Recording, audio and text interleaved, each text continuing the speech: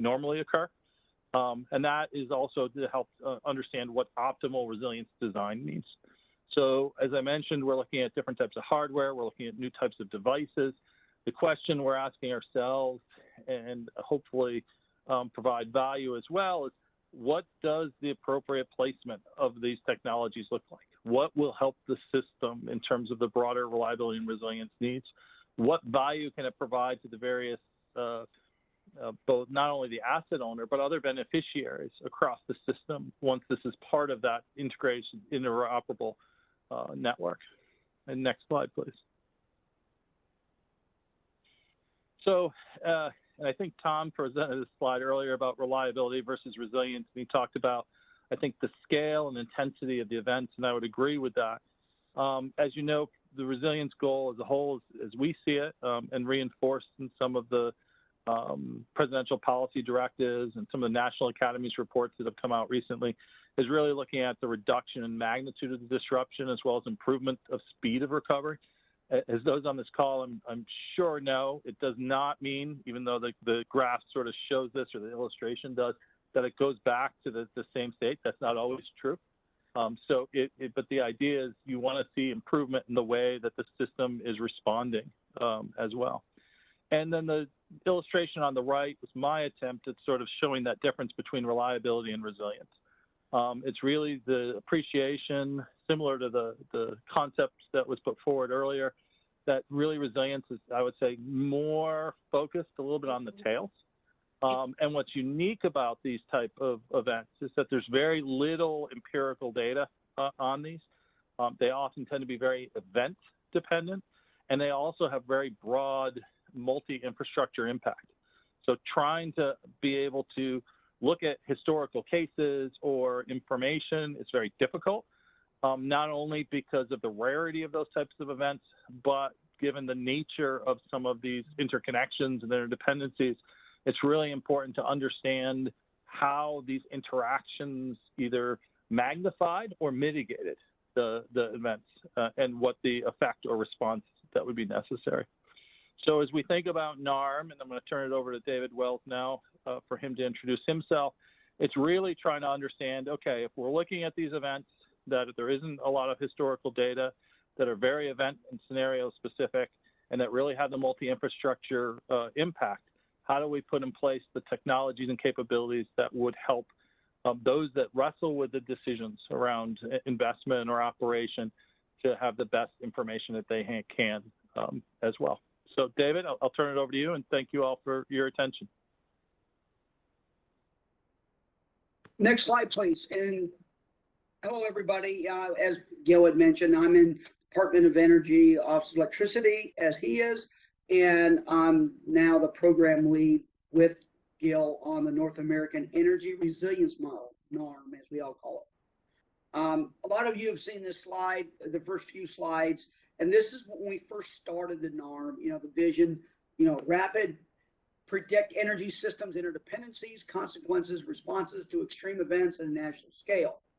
Develop and deploy an engineering class modeling system for planning and real-time resilience analysis. And the key objective was to catalyze partnerships with industry, national labs, states, communities, and other federal agencies to enhance coordination to support energy resilience. A lot of words. Next slide, please.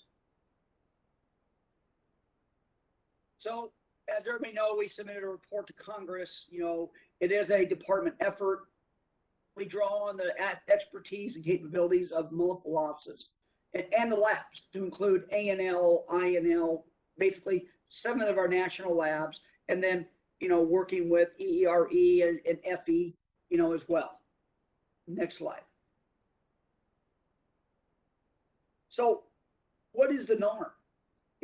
We take, if you look down below here, we take our infrastructure that we have built. We have spent a great deal of time building infrastructure to support steady state, dynamic, and real-time data. We've got both a cloud and an actual private data center that we've got completely secured, as much as we can, platform security. To secure the data in a means that everybody can feel comfortable they can give us their data. And we're getting large amounts and many different areas of getting the data, which is down here. We take the models of our, right now, the lab right now producing our models as well as a few others. Then we take the threat and the output of those threats and models. Then we go into our environment and we look at we call them our layers.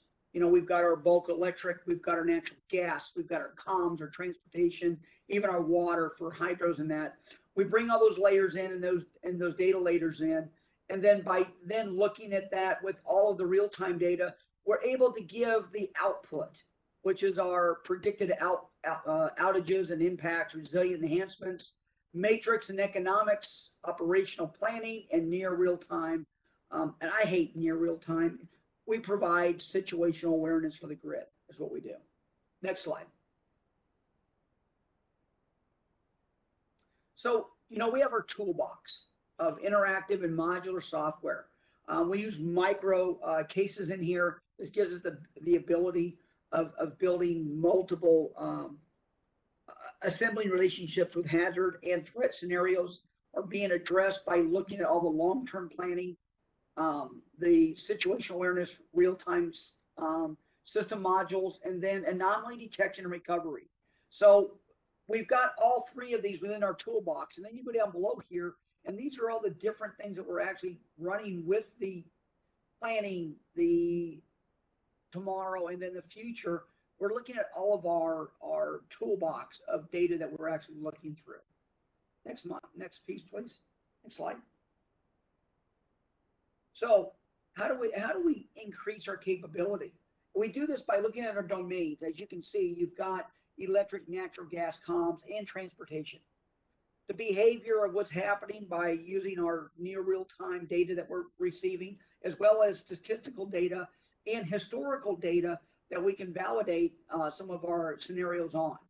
We've got our domain components. You know, we've got our transmission, we've got our transmission generation, our residential, or we call our residential business cases. And then we look at our renewables and we look at how we actually are adding our renewables and some of our batteries, our storage, to give us the resiliency that we're looking at. Then we have our different regions. Each region, using a lot of our RTOs and that, we can look and see how is it impacted with a different threat. And then we go into the threats. Next slide. So where are we going? Like I said, we took the real time out. Really what we have is situational awareness. We don't do real time. We're not operating anything. We're simply taking the data, taking a holistic multi-domain approach to view at evolving conditions and enable analysis to support critical functions during an event. So by using DER, by looking at the weather, by looking at some of the other NOAA and our generation and transmission modeling that we're doing, we can actually start now to predict and give awareness of events that are coming. Also long-term and short-term planning. We can our infrastructural modeling, we can analyze options to affect energy resilience. So we can look at the resilience, we can improve rapid restoration, recovery, and we can enable risk-informed planning in coordination to mitigate large-scale energy disruptions. In our case right now, we're looking at earthquakes, wildfires, and right now, we call it our cold wave, which is taking lessons learned from the polar vortex from this last year that happened down through the Midwest. We're actually taking those events. We're able now to put in some predictions. We predicted, I think, 4 or 5 wildfires 3 to 5 days before they actually started, by looking at all of the different layers that we already have access to within the NARM, and then using that with our modeling and analytics to actually give these predictions. You know, we have a software architecture. This is a credit to the lab, our whole lab team. Complex multi-component software system focused on security, integration, scalability, open architecture. What does this mean?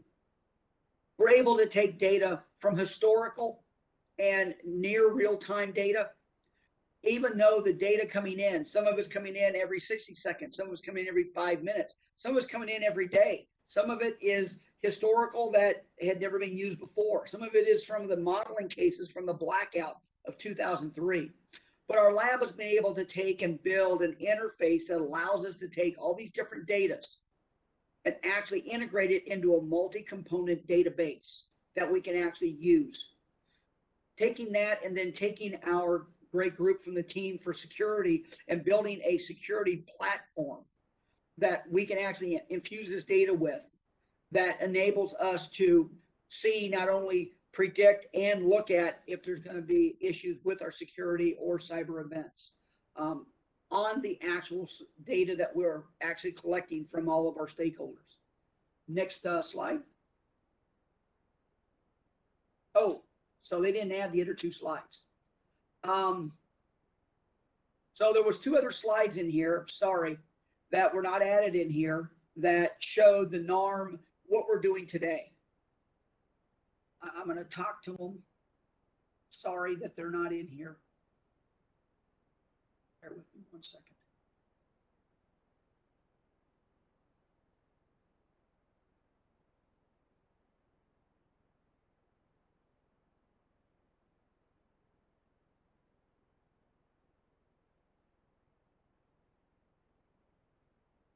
Sorry for the silence, everybody. So I don't know if I can show the presentation, but what we have here is, you know, we've developed this instead of real time, our awareness system that actually provides all the critical national energy infrastructure. We validate it through the processing. We go through long-term planning. We actually have analysis people that are here. And then we're actually now taking this information and we're providing it to some of our national information liaison. We're actually giving it some of it to NIST to actually look at, in this case, now it's wildfire that we just finished up the season for, coming into cold wave, which is for us, it's about ice accumulation, extreme cold, where we can actually provide for our PMAs a service so that they know where they can actually be ready to resilience, to be able to bring outages up much faster than earlier done, because now we can actually predict to them and let them know where is the ice accumulation, how much ice is going to be there, where some of these vents are coming out of. And that's all coming out of the NARM today. Right now, we're at about 90 different layers of data that we actually have in the NARM. The what if scenario tool that we use for our COSIM. It's the power system, natural gas, prototype communication infrastructures, the multi-domain contingency analysis, the initial threat modeling, which is empiring for cold wave and the wildfires. And then soon enough, we'll be adding more. Distributed energy resources. With what we have now with our transmission corridors, where is the best place for us to add the PV, the wind, power storage, you know, energy storage? Where should we put them? Where's the best place for a resiliency and redundancy standpoint? We can provide visualization for cross-domain and large-scale outages. We just did this for NERC for their polar vortex. They actually used some of our visualization to actually show the event as it unfolded, as the natural gas we had issues with. The near real-time data analytics on historical utility control and predict what would happen because of that, we can actually predict what will happen as some of the climate change things happen. You know, the last thing is, you know, we're working through now with our national EV charging placement, supporting trucking and car electrification nationwide. You know, when you start looking at how quickly can we actually get charging stations in, you know, one of the big things we look at is within the transmission corridor is getting the permits. But if we knew, and which we are now finding now, what is the load on transmission lines? Where are they located? Where are they located in conjunction with railroad and roads, you know, national highways? Where could we put in EV charging in short period where you don't have to put in to build the right of ways because they're already there. You're right in the area. You just bring it down and off those lines. Can the transmission lines actually handle the increased load of those EV charging placements? These are all things that we can actually do today in the norm, and that's a difference from a year ago. We were still testing. We continue to test. But now we've actually done a number of months of testing, running COSIMs, taking the information, using the historical to validate what we're doing today, and we're having very good results, as well as improving the databases. Instead of looking at same studies from data from 2012, 13, we're actually building databases now that we can take that data and use it today to get the most up-to-date models and analytics that are available. And we're actually creating those ourselves.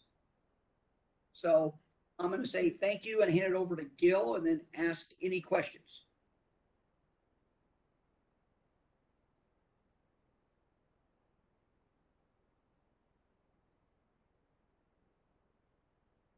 And Gil, you are muted if you're trying to. Yeah, I was just going to say, I was just going to turn it back to you, Ken.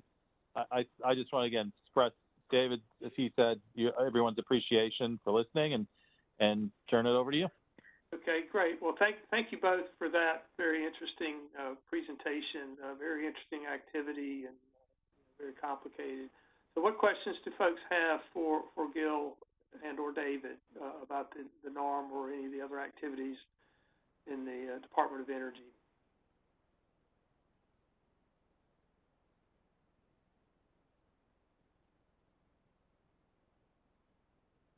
So while people are thinking of questions, I have one, I think, for Gil. In your portion of the presentation, you mentioned the development of trying to think how to describe it. As I understood it, it was a tool or a model to kind of predict different types of events. And I was wondering if you could talk a little bit more about that, just in the context of is it a tool to create different types of scenarios that might occur that might be different from what a typical transmission planner might think about as a scenario that they would build a set of contingencies around. That's kind of my context in asking the question. Yeah, and you stated it well. I mean, it's how do we help navigate from a situation where you could do N-1, N-2, N- whatever, X contingency analysis to the question of, and it's twofold. One is, could you move to a point, although it's still early on, of doing almost like an N-A contingency analysis, where it's not just singular removal of particular assets, but could you factor in the degradation of particular equipment or assets in that prediction? So it's the resilience better, I will say, your modeling and analytics could perhaps better predict the nature of the health and broader performance or functionality that may be there in the assets that you have. And that gets into reconfiguration, et cetera.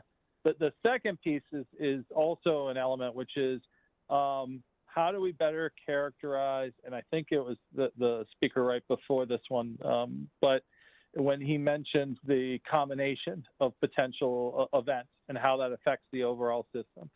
So often as we run through, from the way that I've been historically familiar with some of the analysis, et cetera, they tend to be similar classes of events. Now the question is, how do you combine them? How do you create the almost like the preconditioner for the scenarios that would feed into the different types of analysis or power flows, et cetera?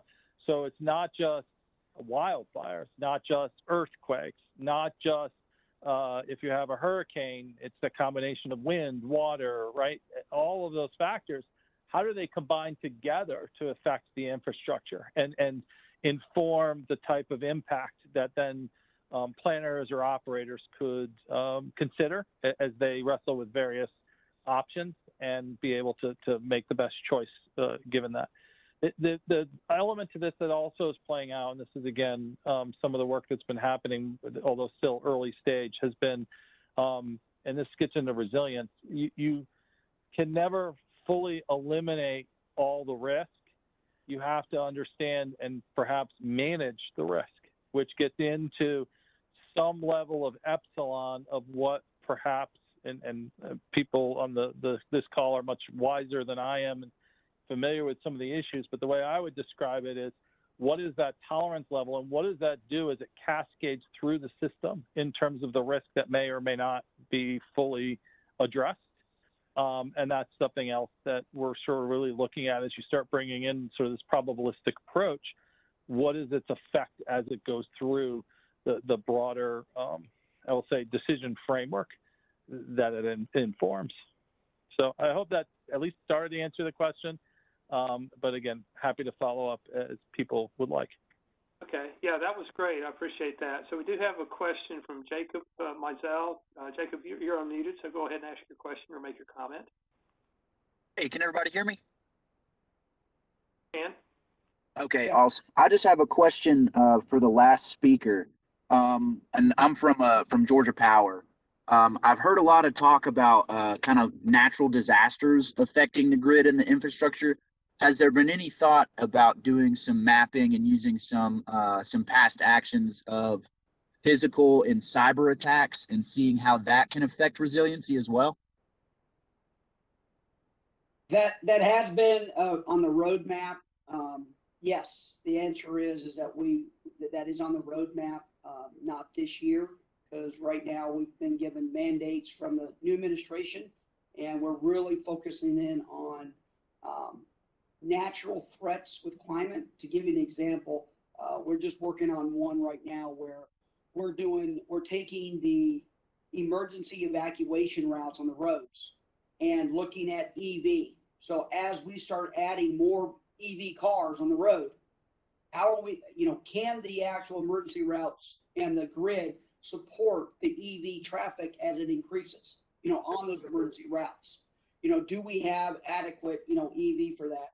Also, what's the effect? We've been looking at natural gas. We've been looking at the interdependency of the natural gas infrastructure on the electric grid and on some of the effects coming in from the cold wave for for a natural disaster or wildfires as well.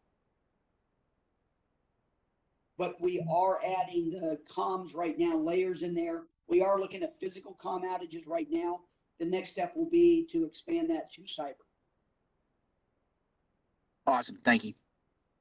Yeah, thanks for the question and good response. There was another question in the chat, and I think you might have touched on this, but are there any steps being taken to kind of verify the model and what the results are compared to kind of actual results? Yeah, we've got an entire VVUQ group that looks at, well, they take physics, of course, the science side, but they also take the effects of, we actually have the data from the blackout, from the polar vortex. We're using these previous natural disaster and effects to actually help verify that our models are correct. We use a 2003 blackout. There's a number of them. We probably have 100 different examples of outages that we've had that we actually use as part of our verification process. Yeah, and if I can add on to that one, David, it's not only validation verification within the single domain layers, but as you start integrating them together as a system, as you're starting to understand the interdependencies and the interactions, that's also something that's carefully considered as we further refine and develop the framework. Excellent, thank you. So another question came in that was one that I actually had in my mind is, how do utilities, or what's the plan for utilities having access to the NARM and, or any specific results out of the NARM in specific areas? So we're going to have a couple, go ahead, Gil. No, I was going to start maybe on the research side, and then you can get into the specifics on the NARM side, because I think that might help give a little bit of context. So in some of our program area related to some of the work that I was discussing, what we're trying to do is separate the models from what I'll say system-specific data. And so that way the information can be shared in, again, some of the advancements, both in the algorithmic, the modeling framework, as well as the computational piece. And the idea there would be that, and again, always looking for broader partners as well, but looking for ways to be able to make sure that the information and the insights that we're gaining from the activity is useful to the broader industry without hopefully, useful to the broader industry in a variety of different mechanisms and tools that may be out there. And David, do you want to talk specifically, I'm sorry, interrupt you, but on NARM and sort of where that may fit? So on the NARM, where we're at is, there'll be two right now for the industry facing, there'll be 2 to 3 different ways. First one is starting this winter, we will be starting, we've already sent it to our PMAs, but we will be sending out some reports for cold wave and wildfire or any analysis that we see in a report form that we can send out. We will send out to different agencies. Second one is we've stood up a group within NARM that we've actually got data scientists there where you can actually, if there's some specific co-simulations or analysis that you need done, we can actually take your questions and what you're trying to achieve. We can actually build a co-sim for you and then provide you with a report on the findings that you've asked for. So those are the 2 ways that we're going to do industry engagement right now, today. In the future, do you contemplate the tool being something that would be used by industry, by individual utilities or groups of utilities, or just by the government or potentially the regulator? Well, the issue we have today right now is because of the sensitivity of all the data layers that we have.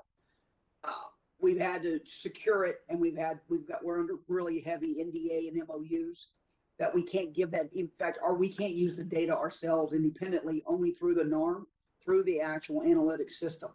So what we're looking at also is building an independent NARM software platform that the industry could use using their own data.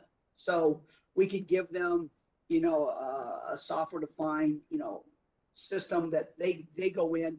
They would know, we're picking up NOAA data, we're picking up weather data, we're picking up, the WEC data. If you've got an agreement with all of them, we would give you how we actually interface to them. So software-wise, you could do the same, and then you could add your own load data to actually get some of your own analytics yourself from this platform. Okay, good. And then I think we'll just take one more question. We'll take one more question, and we'll move on to our next speaker and topic. So question is, how are off-normal conditions of the domain components comprehended in the model? So unavailability of generators or transmission lines due to maintenance was the example provided. That is something we'll take into.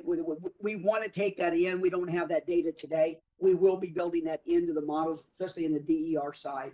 We will be adding that in there, and the load flows as well. We don't have those today. We're actually working through different stakeholders to actually get access to that data. Once we have access to the data, we'll be able to build in hooks to actually to validate those questions and give you answers for. Okay, great. And then just real quick, did you mention a time frame for when that software might be? We're looking at that's at least a couple of years out. But that is on the roadmap. We've built the platforms, as we call it, to be portable. So the platform itself is being built as a portable platform that we can use. But there are a lot of, let's just say, a lot of requirements we have to go through before we can release that. And right now, with what we have currently, trying to address the administration needs and what the industry and our PMAs need today is really the top priority. And then we're bringing in, but to say that is, if an industry needs something, we are more than happy to, and we will work with you on that to actually get those questions answered that you need right away. Great. Well, thank you both so much. That was really good information. So we'll go ahead with our next presentation in our next interdependency sector.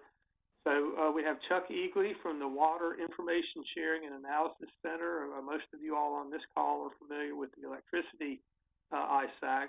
Most are members of that. So this is the counterpart within the water critical infrastructure sector. So with that, I'll turn it over to Chuck for his presentation.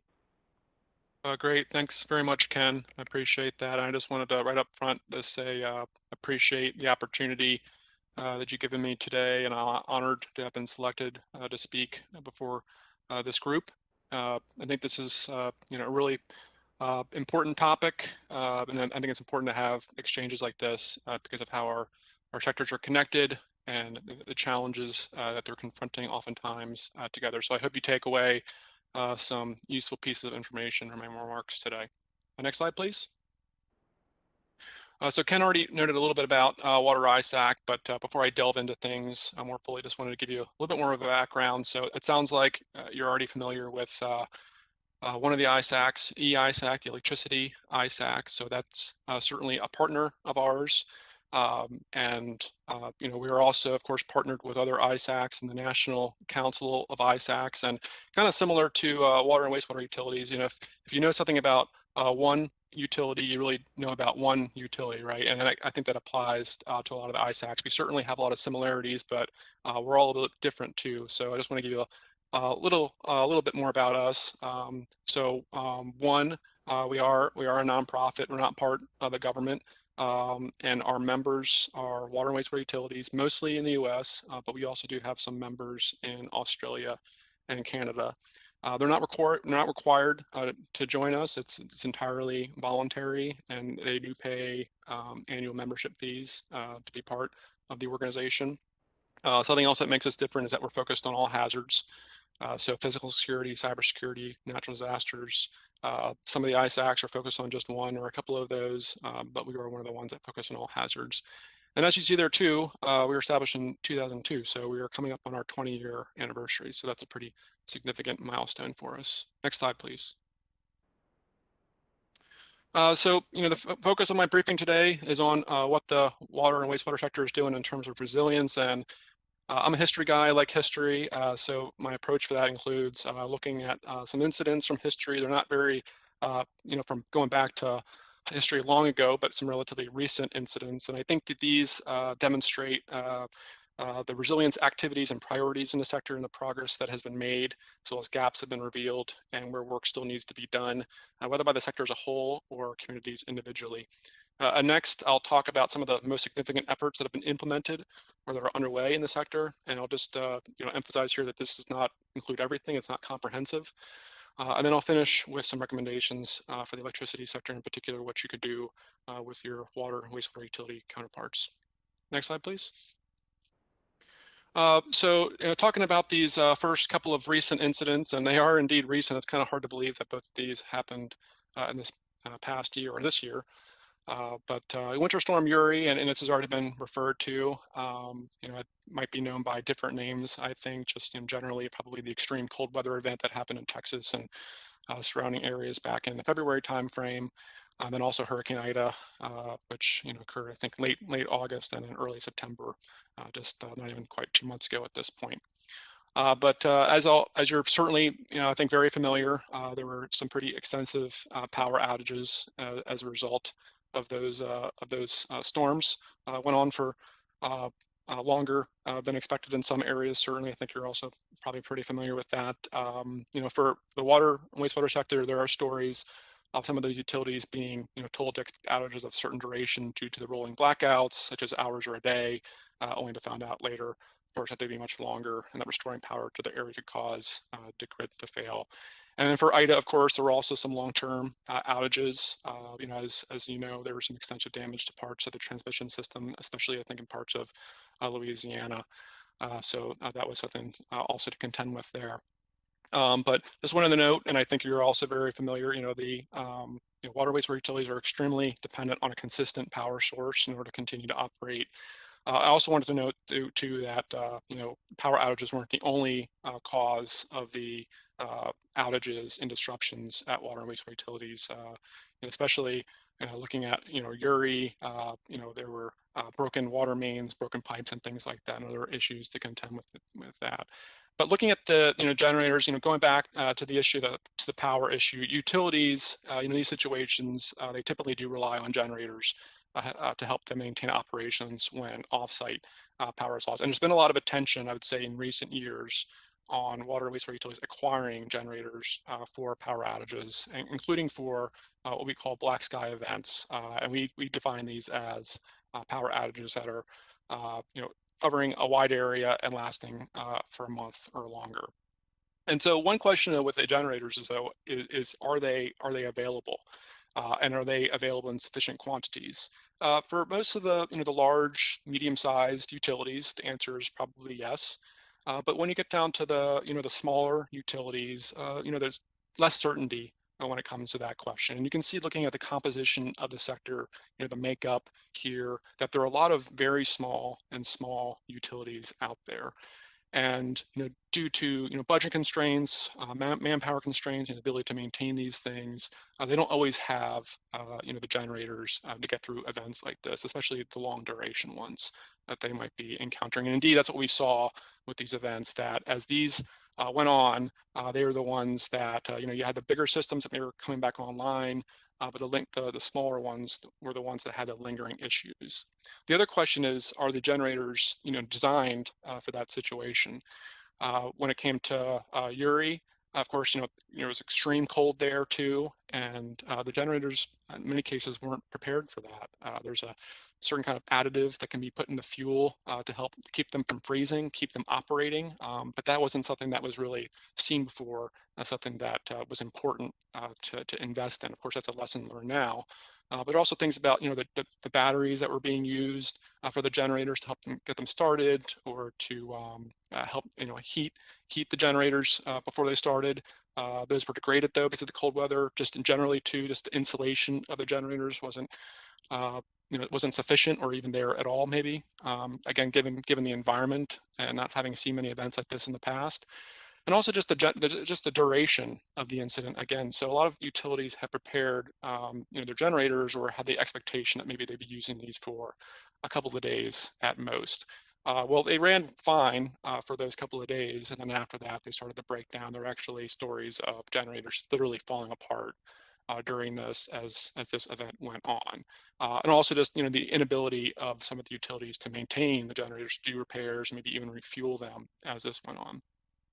One thing that some utilities do is they do have interconnects with other utilities, and almost something similar to what you see in the electricity sector with a grid system. Of course, it's nothing near as extensive as that. Usually, it's maybe just connected to one other utility, and that's a way to be more resilient to situations like this. But the problem certainly can become if that other utility is also similarly impacted. If this is a regional problem, then you might not be able to expect much, if anything, from them, as they're also similarly contending with that problem. And then finally, I would say, chemicals are a big issue, and certainly highlighted by these situations. So you might have power that comes back online. You might, repair your water main breaks, your pipe breaks, things like that. But at this point, if you had those kinds of impacts, you probably need to do a lot as far as treating your system to ensure that it's meeting the standards for public consumption. So there's a lot of competition at that point for chemicals to do those kinds of necessary processes. And the suppliers, they're trying to satisfy a lot of those requests, but they might not be fully up at that point either. They might be dealing with driver shortages, transportation issues, their own power outages, things like that. Next slide, please. So moving on to the California wildfires, and of course, as noted, these are ongoing, happening pretty much every year as far as I can remember. But the ones we're really focused on in this case are the ones going back to 2019, so a couple of years ago. And what really caught our attention that year was the public safety power shutoffs that were implemented in Northern California, and the impacts that they had on some water and wastewater utilities up in that area. Understand that these have previously been implemented in other parts of the state or other parts of the country, even in Southern California, I think, had enacted these before. But my understanding was that they were kind of a new phenomenon for Northern California. And so it was a lot of lessons learned, a lot of things came out of that. And there were two utilities in particular that we spoke with in the aftermath of that to learn about their experiences and to get some information to share with other members of the sector. So, and one of them described it in this way that I thought was interesting, which is an earthquake scenario without the earthquake. And really with that, he's referring to just how many facilities experienced outages as a result of this situation. In particular, there were 147 facilities that had outages, which included 2 drinking water treatment plants, one of which was its largest, pump stations, an office building, many storage tanks, and other critical facilities.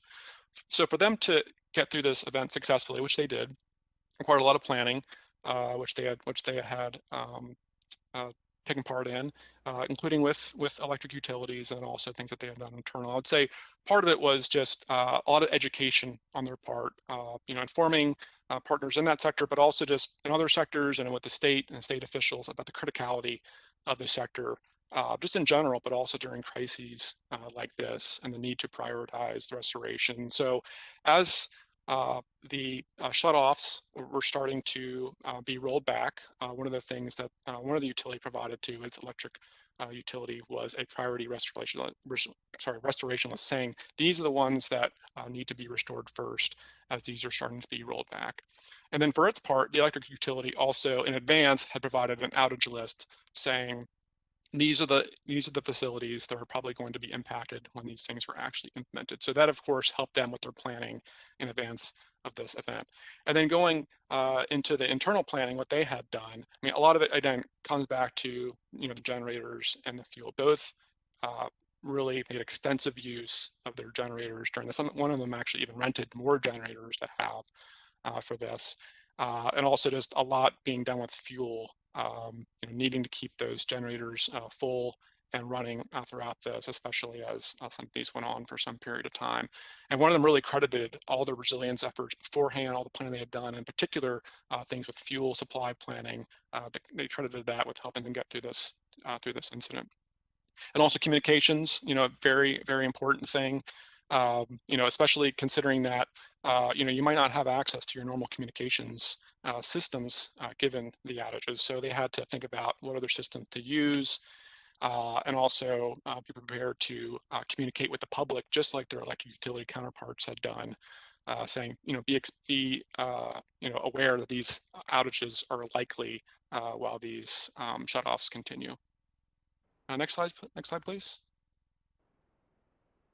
And I spoke with one utility that's done a lot of work as far as resilience to get some insights that they might have, aside from just the other things that I've previously described. But one thing that they noted, which I thought was interesting, was that when there are outages, there are communications between the water wastewater utility and the electric utility, informing them about where the outage is, seeing about the time of restoration. But they had observed in the past there's been this mismatch between addresses. So it led to a lack of clarity about which specific site was actually being affected. To the electric utility, it wanted the metering address or the account number. To the water or wastewater utility, it really only had at that point the physical address. So that was a complication that they had to get through. And luckily, since then, they have developed a spreadsheet that has all that information that they can refer to and quickly address those problems and quickly be basically in the same sheet when it comes to noting that these things are happening. And then when it happens too, before I think it used to be undetermined or undefined who is actually going to do that outreach. But now they actually have defined supervisors who are doing that outreach at the utility, reaching out to a dedicated account manager at the electric utility to help with that solution. One of the things they also talked about, and this utility is one that's done a lot of work with generators. They talked about how, with storms that are coming into their area that look like they're going to have the potential to cause significant disruptions. Talked about preemptively using those generators, knowing that it's probably gonna it might have an outage because of that, might affect their operations, might even harm their equipment. So they just preemptively start using those even before the power's actually knocked offline. And then they actually also keep it online too for some duration. while the power grid is being restored. One, I think also just, to minimize any disruptions to their system, but also to help the grid as it's restabilizing so that it's able to continue that process unimpeded. And you can see some examples from this particular utility. They talk a lot about, you can see on the right-hand side, that graphic just depicts a form they had come up with for documenting all their generators and the specifics about those. And they were talked about, one of their case studies was talked about in a document. You can see in the bottom left, this EPA incident action checklist for power outages. So they're talked about there and what they had done with generators and fuel and other things of that nature. And I'll go more into these in the next couple of slides, some of these other kinds of resources. Next slide, please. So getting into sector efforts and resources, and right now I'm really going to focus on those coming out of the government. And for the water and wastewater sector, the EPA is our sector risk management agency, or SRMA, was previously SSA, or sector specific agency. But they put out a lot of resources, and I consider this one to be one of the more seminal ones on this topic, their Power Resilience Guide. And I'll say too, you can access any of these documents online. They're available to look at, but you can see it covers areas that I've already talked about, things like generators and fuel, but it also goes into things like black sky planning, talked about that a little bit already, on-site power, so other ways to have your own power aside from just having generators for emergency situations, and also about funding. That's a really important topic. Again, there are a lot of very small utilities out there, and the funding can be a big impediment to them actually acquiring things like generators or investing in other methods of resilience. Next slide, please. And so some of the other resources that are out there, I already mentioned the one incident action checklist that EPA has with regards to power outages, but they also have, I think it's about 15 or so they have in total, talking about related things too, like extreme cold, winter storms, earthquakes. So it has measures in there for what to do as far as planning, and also in the response and the recovery phases. And this next one is a public safety power shutoff SOP template, and it was actually developed in the aftermath of the incidents that I had previously described. EPA convened some workshops or some exercises in Northern California. Those were attended both by water and wastewater and electric utilities. So they came together to develop this template. It's a pretty lengthy and comprehensive document meant to be used by utility and customized to its own situation. It also has a route to resilience tool meant to walk a utility through all steps to become resilient, and the result of that is a report that utility can use. And then finally, the one thing I wanted to emphasize was this America's Water Infrastructure Act, WIA, of 2018. And so this is federal legislation that was passed almost 3 years ago to this day. It was more toward the later part of this month, but one of the things this mandates is that community water systems that serve more than 3,300 people complete a risk and resilience assessment. And you can see the deadline for them to do that. This was a substantial effort for the sector. And then following that, 6 months after they complete that assessment, they have to do an emergency response plan looking at the findings from those risk and resilience assessments. So those are all, the risk and resilience assessments are all done for those who had to do them.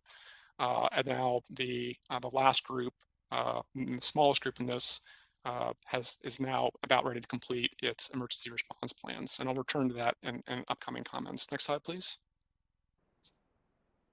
So some of the other efforts and resources out there, and at this point I'm focusing mostly on those within the sector itself. So the American Water Works Association has something called the Water Wastewater Agency Response Network, or WARN, and this is a program of mutual aid and assistance in which utilities participate voluntarily. There's no cost to engage in this, but with this, a utility that has needs would get assistance in the form of personnel, equipment, and other resources. And I'd say this is utilized in pretty much every disaster that we've seen, including the ones that I noted earlier, like Uri and Ida. And I would say also too, with when it comes to state mutual aid and assistance, those typically require a declaration of an emergency to activate. But in this case, it does not need that activation, so that saves some significant time. Next, You're probably familiar of the counterpart in your sector, the electricity subsector coordinating council. We also have a water sector coordinating council, and it puts out resilience resources. The last one, or not the last one, but one of the more seminal ones was a roadmap to a secure and resilient water and wastewater sector. It puts these out every 5 years or so. I think on a third iteration. And one of the things that they cited as a priority in the latest version of this was to advance preparedness and improve capabilities of the sector for area-wide loss of water and power. And, Water ISAC, we're also out there as a resource. One of the things we do is we serve as a repository, a clearinghouse of information. So you have this one site that you can go to and see some of the things we've accumulated there, made available. We're also engaged right now in an effort to further understand supply chain disruptions, not just for incidents, but just in general. We're becoming aware of a lot that are happening right now involving things like chemicals, electronics, construction materials, vehicles, and other things for that matter. So we're being very intentional as far as collecting information and then providing it back to the sector, keep them apprised, and maybe even bringing in state and local, state and federal officials to assist if there's the need to do that. Next slide, please. So finally, just want to conclude with some recommendations for the electricity sector. And again, these are things that I'm thinking, like, in particular, what you could do with your water and wastewater utility counterparts. So one, I would just recommend getting to know your water and wastewater utility. So as I noted before, one water or wastewater utility, you really know just one. So each of them are unique. Things about their topography, things about their operations. So I'd encourage you to really engage in a process of getting to know if you have not done so already. Acknowledge that a lot of you probably have, but a lot of opportunities to do that. Doing things like lunch and learns, which the one utility I had spoken with had noted that they had done in the past, engaged with, and that was a really useful endeavor for them. I won't go into the details on these right now in the interest of time, but there are other these committees and the LEPC and the EOC. These are places I think you can probably also engage with your water waste utility, both during emergencies, but also during things like training and exercises. Ideally, of course, doing it before an incident, so so that you can maximize the benefit of having that relationship beforehand. And I would say, we really look to the electricity sector as being a very, mature sector, having a lot of standards, best practices, guidelines, things like that. And so I would encourage you to, as you're connecting with water, wastewater utilities, to educate them. Talk about NERC SIP. I know this is really referring to cybersecurity, but there's resilience when it comes to cybersecurity too. And we're certainly mindful of in our sector that there's an increasing likelihood of standards, maybe not quite like this, but something coming down the pike that's going to affect us. So I think for us, it behooves us to know about things like this, and we appreciate your assistance in providing education, but also in things like, reports coming from your sector coordinating council, the EISAC as well, and then even NATF. I was looking through the website, see a lot of really useful resources out there. So as you have these best practice type documents, I encourage you to share those with your water and wastewater utility counterparts. Next slide, please. And it's my last slide. Just really quickly, just want to really encourage participation in information sharing communities. I'm not necessarily saying it has to be an ISAC. I'm certainly not indifferent to that, but I also admit that there are a lot of information sharing opportunities out there, different venues and groups that you can be engaged in. So I'd encourage someone to be involved in something, both you and your water, wastewater utility counterparts. I mean, people at this point, you can't go about this business in a vacuum. There's just too much information out there and it's changing too quickly. So we definitely need to share information. Also encourage, engaging in black sky planning. And when it comes to generators, especially when it comes to these smaller utilities, they could probably use information about generators and how those can be deployed, and look for the expertise, some of their more mature counterparts, whether they're in the sector or outside of the sector, or in your sector, I could provide. And also, things with communications and public affairs are also important. I went into those already a little bit.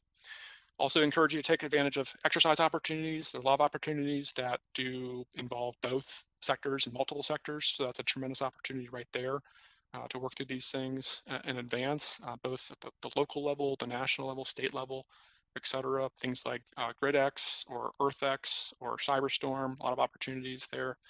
And then whether it's from exercises or real world incidents, this really encourage you to share the findings from those so that we can all I'll learn from those. And I've definitely looked through after action reports from this sector in the past, and have appreciated the findings from those. They've certainly helped educate me, and I know they've helped educate others in the sector as well. And I think that's it for me. I appreciate your time. Sorry for, I think I went a little bit over, but thanks again, and look forward to the questions later. Okay, great. Thank you, Chuck. It was really good. We have run a little bit over time, so if anyone has questions for Chuck, if you would maybe put them in the chat, and if we can't get to them in the Q&A session later, we'll get those out to him and get responses back to everyone. So thank you again. A lot of good information, recommendations, and I think some opportunities for future coordination between the sectors.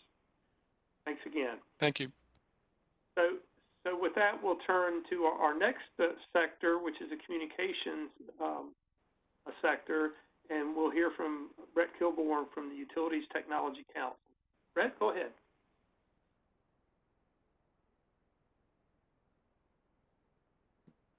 There we go. And we may have you on mute. I took myself on mute. That was my fault. There we go. Bad start for a communications presentation, right? So thank you for the opportunity to talk to this important issue, which is resilience in terms of transmission facilities. I'm going to basically, breeze right through the few slides that I have and hopefully get us back on time, and hopefully have some time for questions if folks want to pose them to me. So let's go and go to the next slide. So a little bit about UTC, Utilities Technology Council, for folks that are not aware, has been around since 1948. We're an international association just for the telecom and IT interests of electric, gas, and water utilities and other critical infrastructure industries. So we're based in DC. We have offices in South America, Europe, and Africa. So that's why we're international. But yeah, our focus is on the US. And so our members include all types of utilities, whether they're investor-owned, electric cooperatives, or public power utilities. So we're unique in that respect. And then finally, the thing that bonds all of our utilities together is that they all own, maintain, and operate extensive wireline and wireless communication systems that provide voice and data for different types of communication needs, including dispatch, remote monitoring, control, and system automation. And I'll add one thing that's unique about UTC as an association. We work together with other groups like NATF, like EPRI, but we also have different committees and divisions within UTC.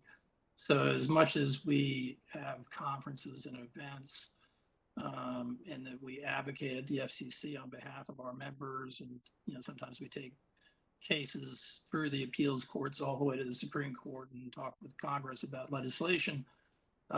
Those committees and divisions, those are real opportunities for utility members to network with each other, work on projects. These meetings that we have occur every month, and there's a variety of different issues that we take up that are related to communication. So it's a very active and engaged organization going forward. So encourage you all to get involved if you haven't already. Take advantage of UTC. It's a good resource. So next slide. So a little bit about utility communications in general. As I mentioned before in the last slide, typically utilities operate their own private internal communication networks, and they maintain these communication networks because they use them to support electric transmission operations. And so the communications that ride over these networks are incredibly important in terms of maintaining reliability, and we're talking principally here about electric, but there are other utilities that have similar types of communication systems that they use in support of water and gas. So the communications that we're talking about are mission critical voice and data communications, including SCADA and protective relaying. And these systems are designed for 5 nines reliability. So what that means is, there's only about 5 minutes, 15 seconds of downtime per year for those systems. And some of those systems are actually designed for even higher standards of 6.9 reliability, which means that there are only 32 seconds of downtime per year. And so not only do these systems have to be extremely reliable, they have to be highly resilient as well, so that what we've seen play out as a practical matter in the aftermath of some of these hurricanes that have wiped out, large parts of the United States, including Hurricane Katrina and Hurricane Sandy, is that the utility communication systems, by and large, have been much more resilient than commercial communication systems. Sometimes they've remained, operational even through those storms. And when they have been knocked out, those utility communication systems tend to be restored much more quickly than their commercial counterparts. So we put out a 2019 update to our earlier utility network baseline report, and it does provide data on the different types of critical communications and bandwidth needs of the utilities in terms of their communication systems. I guess the key takeaway is that whether these utilities are large or small, they all tend to have similar types of communication systems. And by and large, they all do, to varying degrees, rely on those communication systems to be able to support reliability. So I put one of the charts from the 2019 baseline report there on this slide, just to illustrate some of the transmission type of applications that are supported over these communication applications. So we're talking about teleprotection, we're talking about special protection, we're talking about digital fault recording, distribution automation, and so on, alarms and video. And all these communication systems, as we get more into NERC reliability, become increasingly important in terms of maintaining reliability. So if I put a link there to the baseline report if folks want to try and check it out offline. But yeah, you get the idea.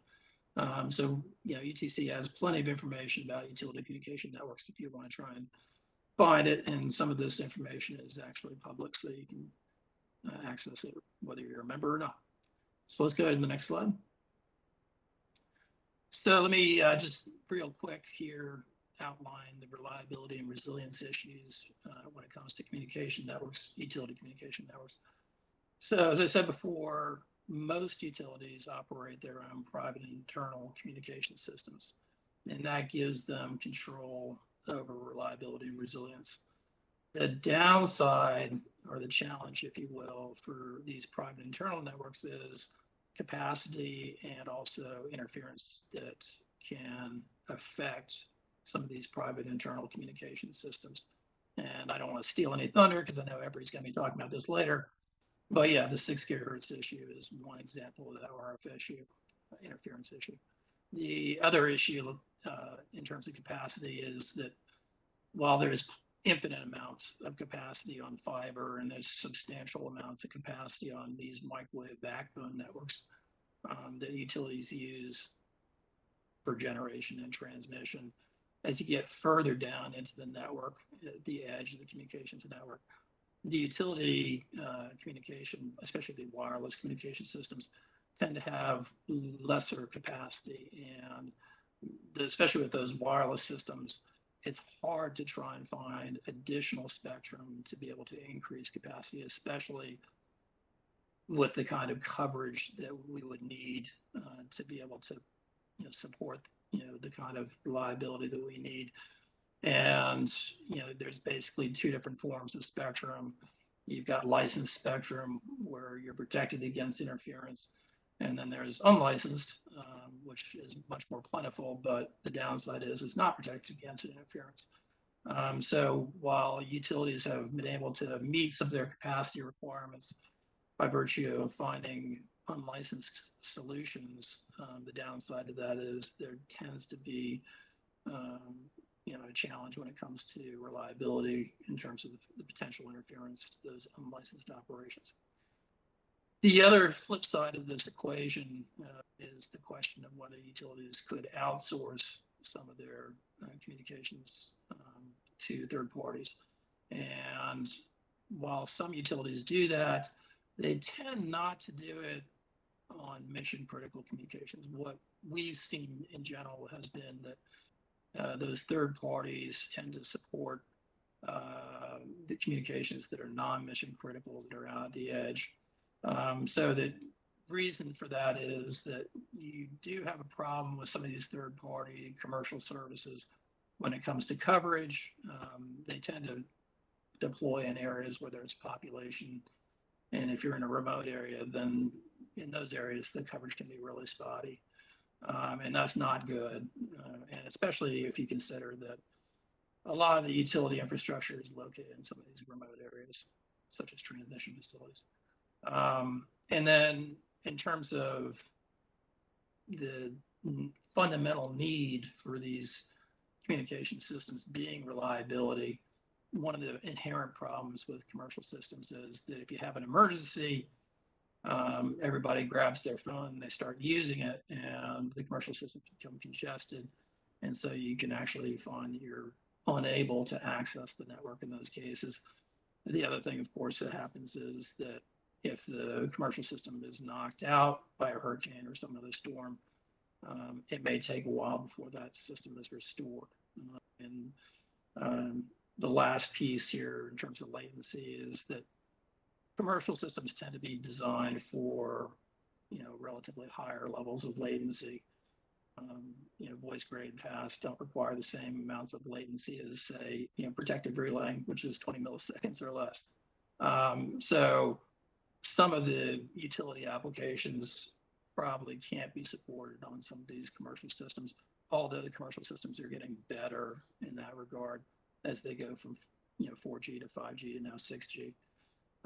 So those new technologies are better capable of providing the kind of latency that utilities need. So let me go to the next slide.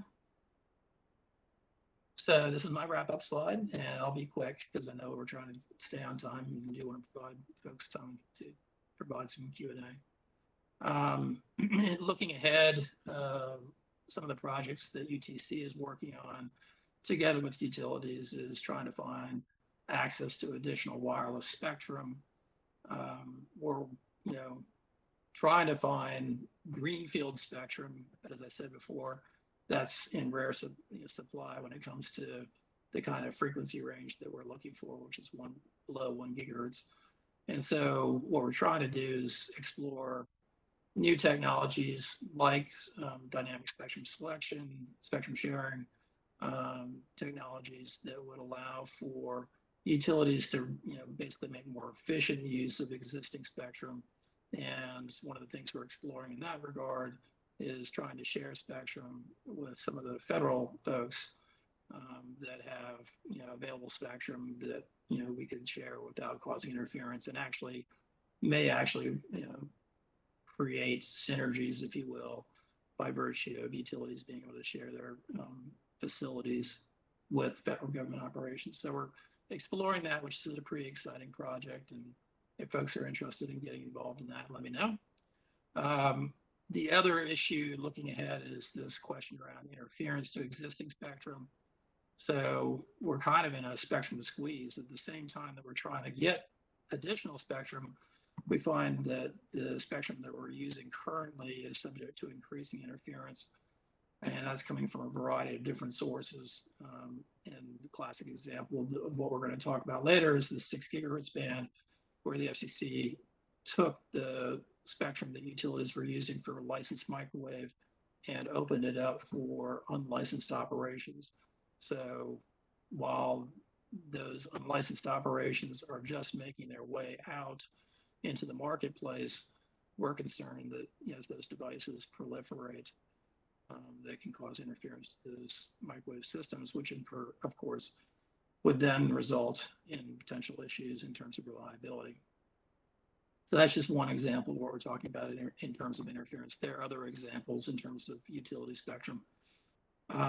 That sort of naturally plays into the next item, which is the fiber issue. So as utilities search for additional capacity and they're having a hard time finding it in terms of wireless. Fiber seems to be one potential solution to address that issue. So fiber has infinite amounts of capacity. The challenge there is doing it cost effectively. And from a practical standpoint, in some areas, it's really difficult to deploy fiber because you've got land use restrictions, for example. That being said, we're seeing a trend where utilities are deploying more and more fiber now, and they're doing it in an interesting way where in some cases the utilities are actually allowing the fiber to be used for middle mile broadband. They're not providing broadband themselves, or at least not the investor owns, but they are providing it to third parties who are. And then, in terms of those electric cooperatives and those municipals, they are providing retail type broadband services. So the last part here of the slide, I just want to put there as a reference. So one of the issues that comes up when it comes to resilience is in the aftermath of these storms, how utilities and communication service providers coordinate with each other to restore services. This happened in the aftermath of the recent Hurricane Ida, and the FCC now has a notice of proposed rulemaking where they're looking at this issue more closely, asking questions about how carriers are maintaining their own systems, but then at the same time, they want to know about how commercial power is being provided to those communication service providers, and at the same time, how they're coordinating with each other to help restore service. So that is likely to lead to additional, policy initiatives when it comes to restoration of services. In the aftermath of some of these hurricanes, the other thing that the FCC is looking at as part of this NPRM is backup power requirements. Right now, the commercial service providers are not subject to any specific requirements in terms of backup power. At one point, several years ago, the FCC had thought about requiring 8 hours of battery backup at every single cellular site, and those rules were eventually overturned on appeal. Now it looks like the FCC might be revisiting that issue. So it's an interesting time in terms of communication network resilience, and it's also probably going to have implications for utilities as well. So if you want to learn more, contact UTC. And with that, I can go ahead and throw it open for questions. Thank you, Brett. So we probably have time for one question for Brett, if anybody's got one. And well, yeah, here's one that just came in. So have utilities looked at developing communications through something like Starlink, the Elon Musk satellite system? Right now, it's still exploratory. I know some utilities are looking at it, and Starlink is still relatively new. So I think there'll probably be a period in time where, as that technology, proves itself, utilities may be more comfortable with using it going forward. But it's still relatively early stage at this point. But, the point about Starlink is that it provides higher bandwidth than other satellite type services and also lower latency. So in theory, at least, it is technically capable of supporting some of these communication requirements the utilities have. Okay, thank you for that, and thanks for the question. So with that, let's go ahead and transition to our next sector, and it's actually a subsector, natural gas, and we have Kimberly Dembo from she's actually from AGA, but she's going to prepare some provide some information from the American Gas Foundation. So Kimberly, go ahead and give us some good information. Thanks, Ken. So Kimberly Denbo, American Gas Association, Managing Director of Security and Operations. Among my portfolio of activities, I support AGA's resilience activities for pipeline resilience. And so when the topic came up about natural gas pipeline resilience, we thought the best thing that we could do was share with this audience the recent American Gas Foundation study, which actually looked at resilience and reliability. And so that's what I'm going to be sharing with you over the course of the next few minutes. So I really appreciate this opportunity to brief you on this important study. It was actually released this past January. And I will tell you right now up front, the slides are busy. But I'm going to provide you a condensed version of this presentation. Don't get overwhelmed by the slides. You will get a copy of them if you don't already have a copy of them. And definitely encourage you to take the time and go back and look through the slides. But right now, I'm just going to provide you the cliff notes to go over the slides. So a little bit of context before we jump into this of what prompted the American Gas Foundation's Board of Trustees to commission the study. Each year, the Foundation's board meets to discuss key policy matters impacting the energy industry and assesses if there is a need for research and analysis that can be used to help formulate fact-based energy policies. Energy system resilience emerged as a prominent subject in policy forums over the last couple of years as events that threaten the durability of the energy system have increased in frequency and severity. Thus, one of the reasons for this particular session here. We've also seen that policies being considered to achieve decarbonization goals have not adequately addressed the impact they could have on the resilience of the overall energy system. So the Foundation's Board of Trustees unanimously agreed to commission a study to investigate the resilience of the U.S. natural gas system and the ways in which the natural gas system contributes to the overall resilience of the U.S. energy system. Next slide, please. So the study focuses on examining 4 key questions. What are the gas system's characteristics that contribute to its resilience?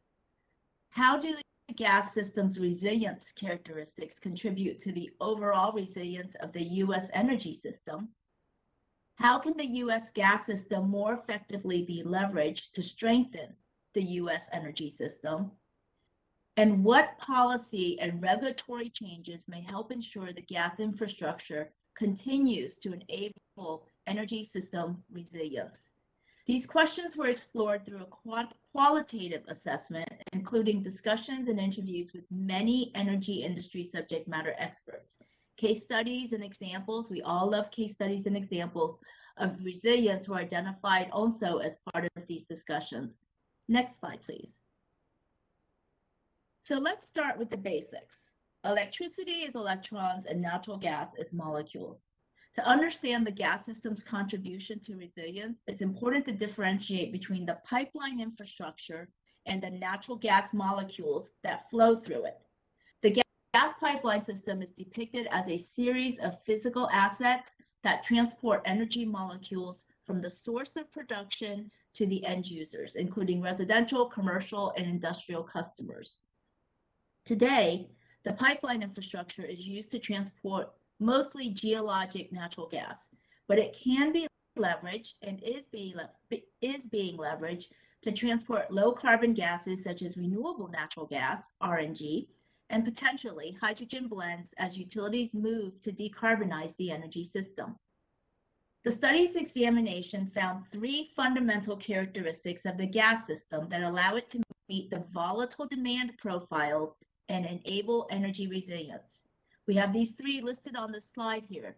First, the gas molecule's inherent physical attributes, such as compressibility. Second, the pipeline infrastructure design, including its interconnectivity and the fact it's located primarily underground away from severe storm elements. And 3, the gas system operational flexibility. For example, the ability to interrupt service to those customers with interruptible contracts in order to meet firm service obligations, while also meeting essential human needs as determined by the state utility commissions. Next slide. The study points out that recent climate events have revealed potential vulnerabilities in the US energy system. We really didn't need a study to recognize that, but the study points that out anyways, and then goes on to say, when faced with the impact of such events, the diversity of assets that makes up the natural gas system continues to make the positive difference, especially during high stress periods. These assets range from the interconnectivity of the pipelines to the LNG and the underground storage of natural gas to the over-the-road delivery of compressed natural gas. Next slide. Driven by changes in the cost and availability of new technologies and the increasing political and social pressure to decarbonize, our nation's energy system is undergoing a transformation. This transformation has brought in light an issue of energy system resilience related to the growing interdependency of gas and electric. This slide is a simplistic, though informative, illustration of how the two worlds of natural gas and electric have come to rely on one another. Next slide. The gas system was originally designed to serve a relatively predictable load. As stated in this slide, a fairly steady demand. As our energy system evolves to maximize its potential, the gas portion of this energy evolution is increasingly being used to meet the highly variable demand needs of the power sector and the growing intermittent electric generation sources, for example, wind and solar, despite the gas system not being designed for that purpose. Regardless, due to the resilience characteristics of the gas system, as I mentioned earlier, the gas molecule's inherent physical attributes, the pipeline infrastructure design, and the gas system operational flexibility, the demand variability can generally be served with measurable reliability. Interestingly, the study points out that as the electric system continues to metamorphose to achieve decarbonization objectives, and while the percentage of electricity generation from intermittent renewable sources increase, the volume of natural gas used for electric power generation will trend towards a decline. That makes a lot of sense. Ironically, in response to resilience events, the dependency of the power generation on the services provided by gas-fired electric generators may actually increase. So let me repeat this.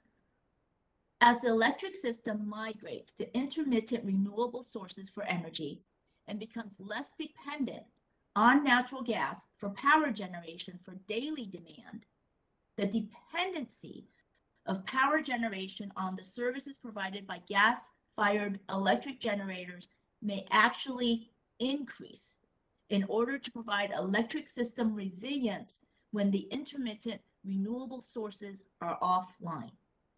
Since current economic compensation models are tied to the volume of gas delivered to the power generation facility rather than to the necessity of the delivery, there becomes an increasing disconnect between the value of the services provided and the remuneration for those services. Next slide.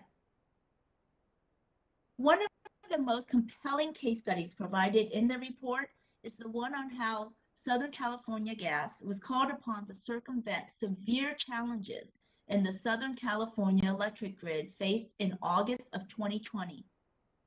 These were precipitated by a combination of extreme heat wave, wildfires, and a significant drop in power generation from renewable sources. SoCal Gas utilized all of its gas distribution system assets to prevent catastrophic impacts to electric customers in the region. Again, I know these slides are really busy, so I strongly encourage you to go back and study them, look at them, because they contain a lot of valuable content.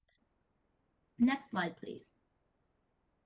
Looking to the future, this particular study demonstrates the resilience of the current energy system is largely dependent on the gas system's ability to quickly respond to events and leverage its long duration storage resources to meet peak and seasonal demand.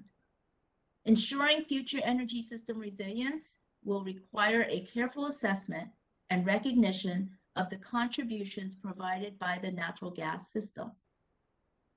Next slide. Interestingly, the current model for maintaining the resilience of our energy system was built on a legacy view of how the energy system used to operate and is not necessarily conducive for the evolving application of the energy system for today. This goes back to our discussion of how the gas system was designed to serve fairly steady and seasonal demand. We were needed in the winter, so we filled up the storage facilities in the summer.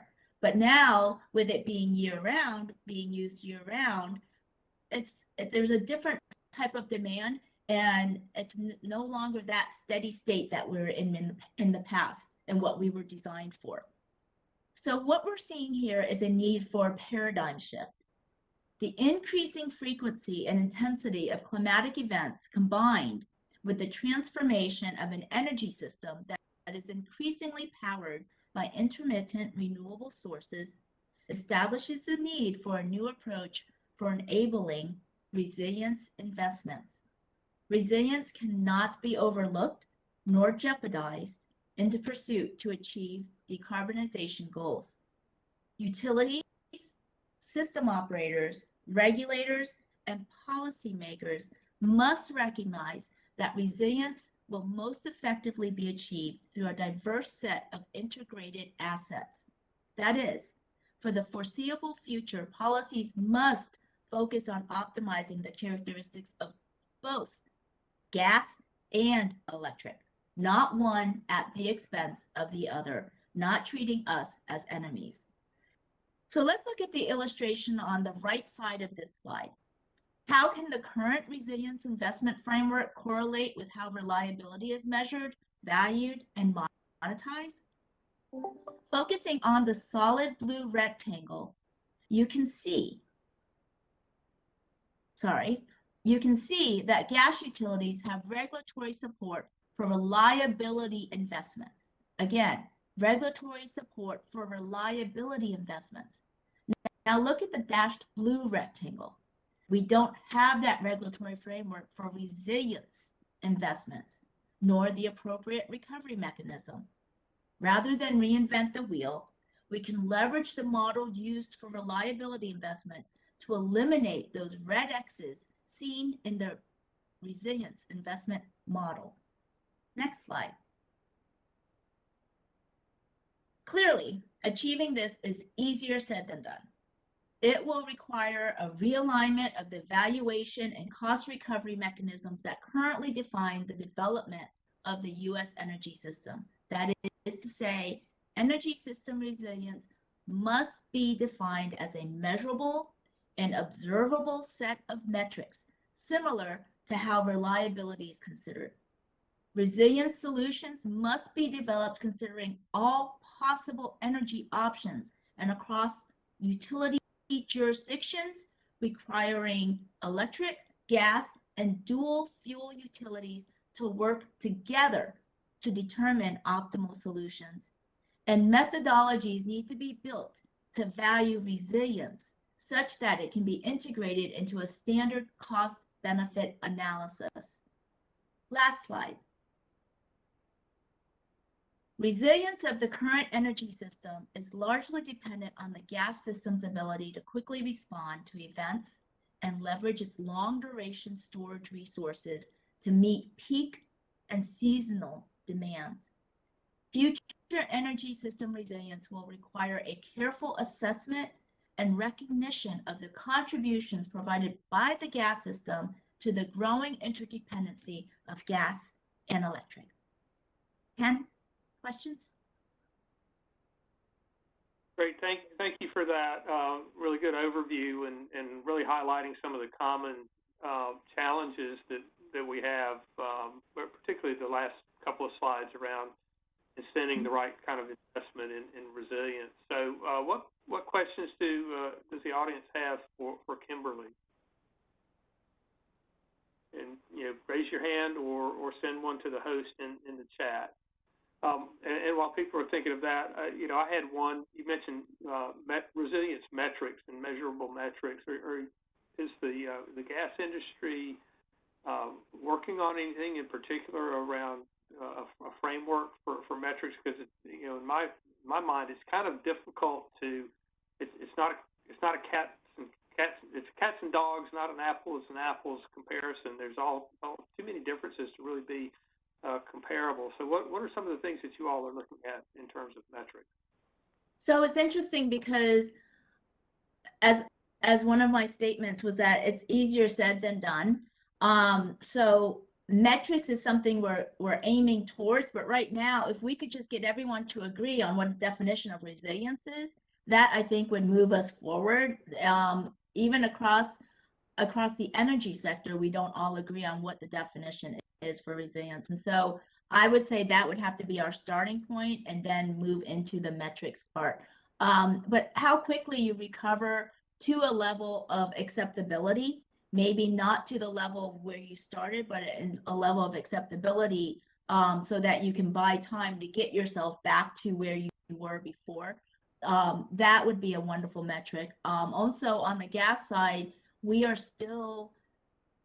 working on metrics for reliability. I know on the electric side, there are metrics for reliability. And on the gas side, I must admit, we don't have that as many outages. And again, it goes back to, it's not a one is better than the other. Comes down to the physical attributes, the chemical attributes, the differences between molecules and electrons, which is why we're so adamant that folks have a good understanding of the difference between electricity and natural gas before they compare the two. But I do not see us yet at that point of determining what those metrics would be. Okay, thank you. I did get a question in the chat, and it's this: will the U.S. gas supply be subject to the same supply and price concerns as is being published in the past month regarding said concerns in Europe, Asia, and South America? So, it's interesting. Now, I'm not an economist, but I have been reading about all that as well. So what's interesting that I want to point out is, so I help staff the AGA Underground Natural Gas Storage Committee. And natural gas storage is huge with being able to help provide that extra cushion, so to speak, that extra buffer, because natural gas can be stored because of the compressibility of the gas, and it can be stored in the pipelines. Well, they call it, my mind just escaped me, but it can be stored in the pipelines up to a certain pressure. And I think the challenge that we have is, for example, over in Europe, they are switching all to renewables. And so they were actually not leveraging their natural gas system. And so now they're finding themselves in a more challenging position. Will the price of natural gas increase in the States? Thank you, Line Pat. Thank you, Kevin. Yes, teamwork. Yes, it is. And then also the challenge that we also see here is that with the methane tax that is being proposed in Congress right now, in our federal Congress, the cost of gas would increase even further, which would have a domino effect, because for natural gas-fired electricity, that would mean the cost of gas for the power generation would go up as well. So as well as the cost of natural gas for plenty of other dependent users. And so I think the cost matter is a complicated one, and I don't have an easy answer to it. Okay, thank you. There was a question, and it's been a while since I took chemistry, but the question is about NH3 conversion. So, methane, maybe? Oh, sorry, I didn't see that. Oh yeah, NH3 conversion. So now we're talking back to we're talking ammonia. or is that ammonium? I can't remember. But one is NH3s, one NH4 plus. I can't remember. But when we're talking about hydrogen blending, which I'm assuming that's where we're going with this, there is a lot of research being done right now and a lot of interest on the part of gas utilities with respect to how can we repurpose pipelines, natural gas pipelines, to become energy pipelines. So rather than just doing what some states are talking about, which is decommissioning this infrastructure, how can we repurpose this infrastructure in a way that allows us to maximize the value that comes from renewable sources while also being able to get that energy to the market? So I'm assuming that's what that question pertains to, and forgive me if I did not address that appropriately. Yeah, one's ammonia, one's ammonium. That's right. Okay. Yeah, I think that was what it was around, just the kind of the hydrogen piece of the potential future. So, so I know we didn't get much of a chance to have questions for Chuck Eagley on the water side. I wondered if anybody had a follow-up question for Chuck. We've got about 5 more minutes before our scheduled break, and I didn't want to forget about his good presentation. I had one for Chuck. We had learned on the NATF staff about one of the major private water providers was doing that resilience assessment that you talked about, and they've established for their different water systems that they manage a set of metrics around resilience that they're doing and repeating over time to see how they're tracking. I wonder if you could talk about how widespread that is with the Water Act that you mentioned, and whether some of the other water utilities are taking that proactive approach to self-assess their resilience over time. Yeah, that's great. Great to hear, Ken, and thanks for the question. Right now, to be honest, there hasn't been like very much information shared, like from a great many of the utilities, at least as far as like aside from having completed the risk and resilience assessment, since some of them are relatively newly completed at this point. So haven't seen just to the extent to which those things are being applied, but I imagine some of the larger ones especially are probably doing that. And with that law, and it may have been on that slide, I don't remember with that chart, but they have to utilities have to revisit that every 5 years.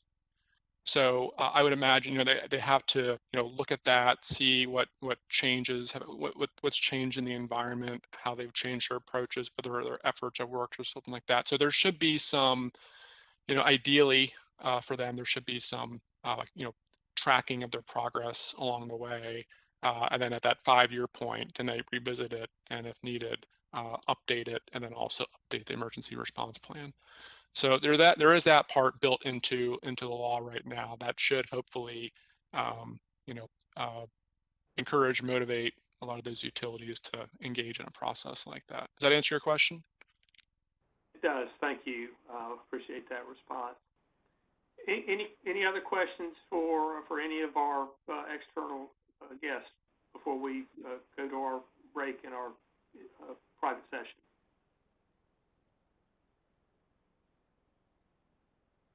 Okay, well, not seeing any. Again, thank you to all of our external guests from the other sectors. We really appreciate you spending time today to share your resilience thoughts and interdependencies thoughts. Is very, very informative, and greatly appreciate you joining us. And we will now ask for you to go ahead and sign off, and we'll go ahead and take a break until 15 minutes till the top of the hour, depending on where you're located, and then we'll go into our closed session.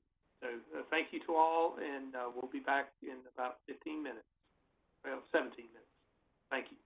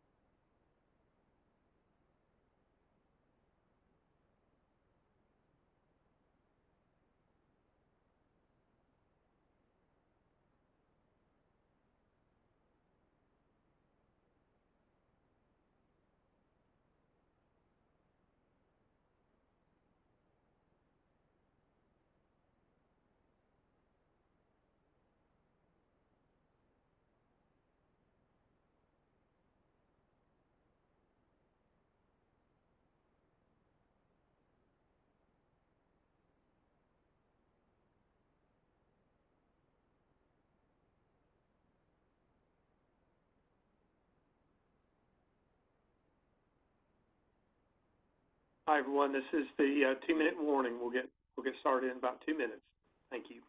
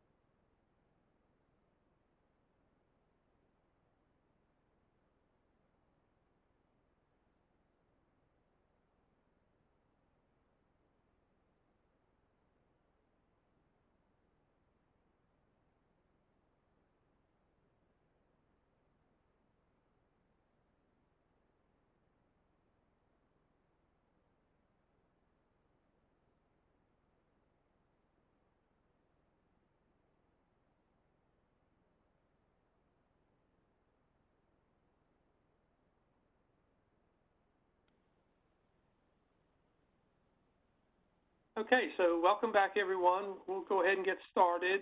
We'll transition into our closed session for NATF and EPRI members only, and now we'll turn to hear from several members of NATF and EPRI on their perspective on resilience efforts related to critical loads.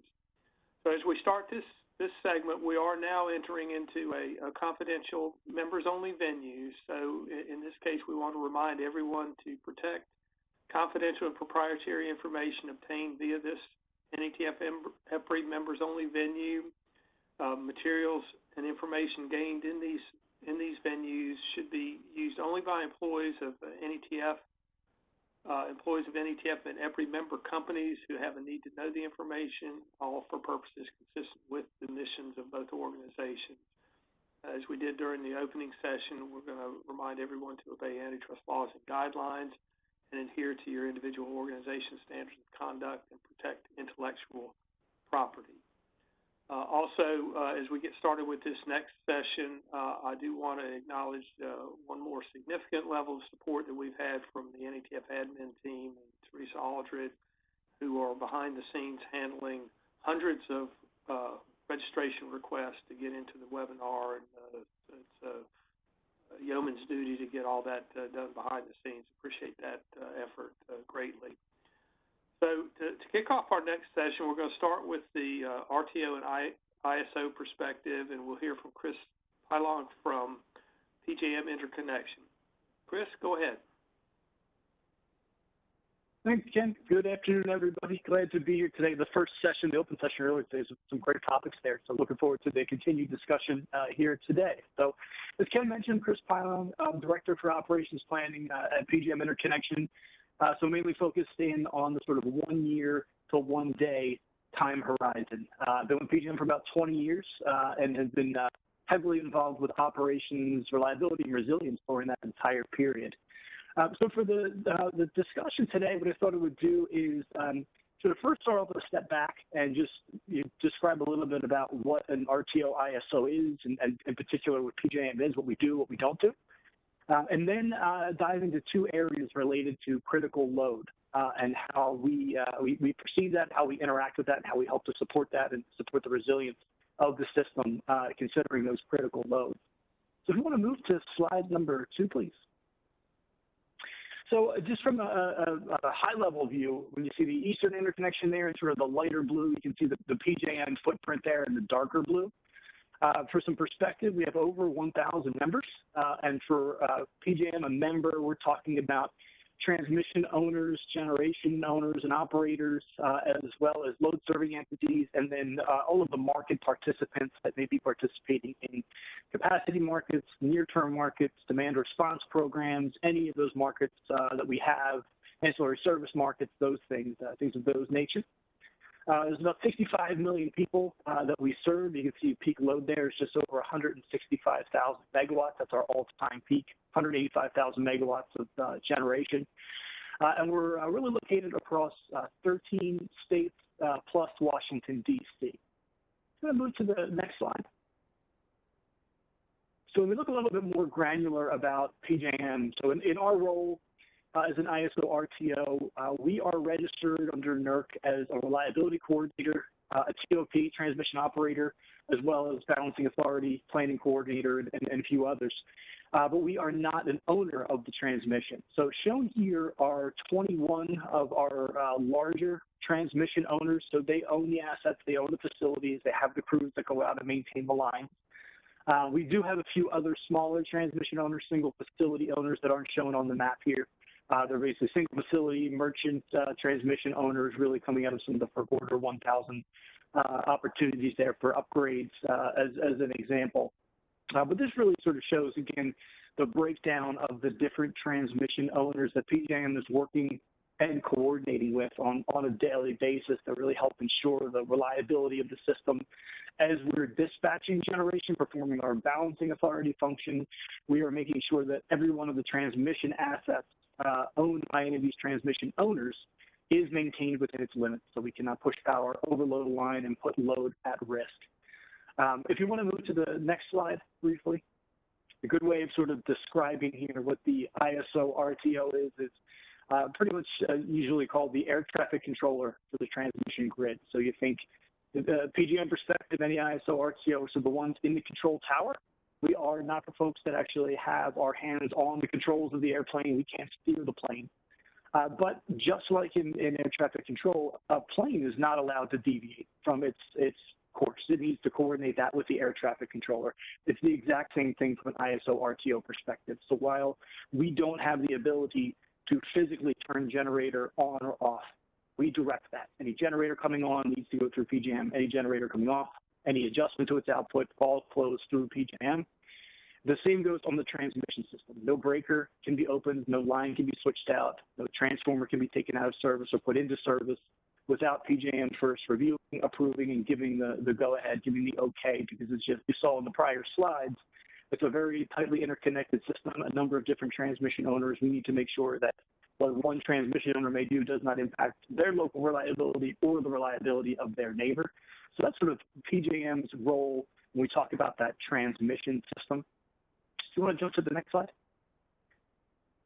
So some of the other areas where we obviously have a major role outside of the coordination with our transmission owners to maintain the equipment within facilities limits, we are functioning again as a balancing authority. So we need to make sure we have demand forecasts, not only for today and tomorrow, we do them out 15 years for our longer term planning. We're setting reserve requirements. We're setting the installed capacity requirements, and we're talking about critical load here today, but for things to help ensure that we're reliable and resilient for, as previously discussed, the change to the fuel mix to renewables. We need to continue to make sure that we are always reliable, always able to meet the demand that we're going to have. From the supply side, as mentioned prior, we're doing that generation commitment. We're making sure units are scheduled day ahead, sometimes longer if need be, depending upon what events might be facing the system. As well as in real time, that 5-minute dispatch. So we're always making sure that the balance is there. I won't touch too much here on generation owners, but from a load serving entity perspective, especially as we sort of transition here and start to talk about critical load, there's PJM, there's the transmission owners, there's distribution owners and operators, and there's the load serving entities. So really, when you get down to the actual customers themselves, PJM does not have any really direct coordination with those customers. There's a few layers of communication need to happen. And PJM talking with transmission owner, talking with a distribution company if need be, to then get down to talk to who are the customers, who are the critical customers then that we need to be concerned about. And obviously on the demand side, there's even different levels there. You could have, water, for example. You could have other emergency services. You could have gas supply customers, things of that nature. We need to work through our members, work with the load-serving entities, and really begin to determine who those resources are.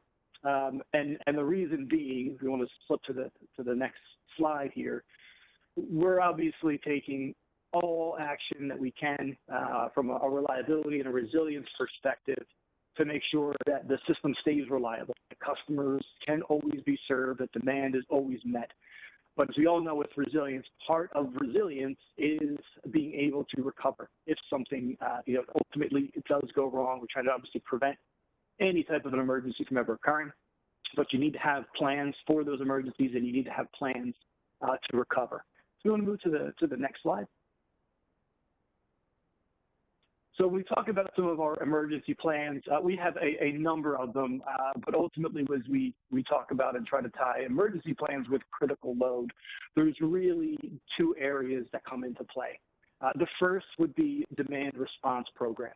So as we're trying to avoid shedding of firm load, there may be customers who are willing to have their power turned off at certain times of the day. And it may be a partial reduction, it could be a full reduction.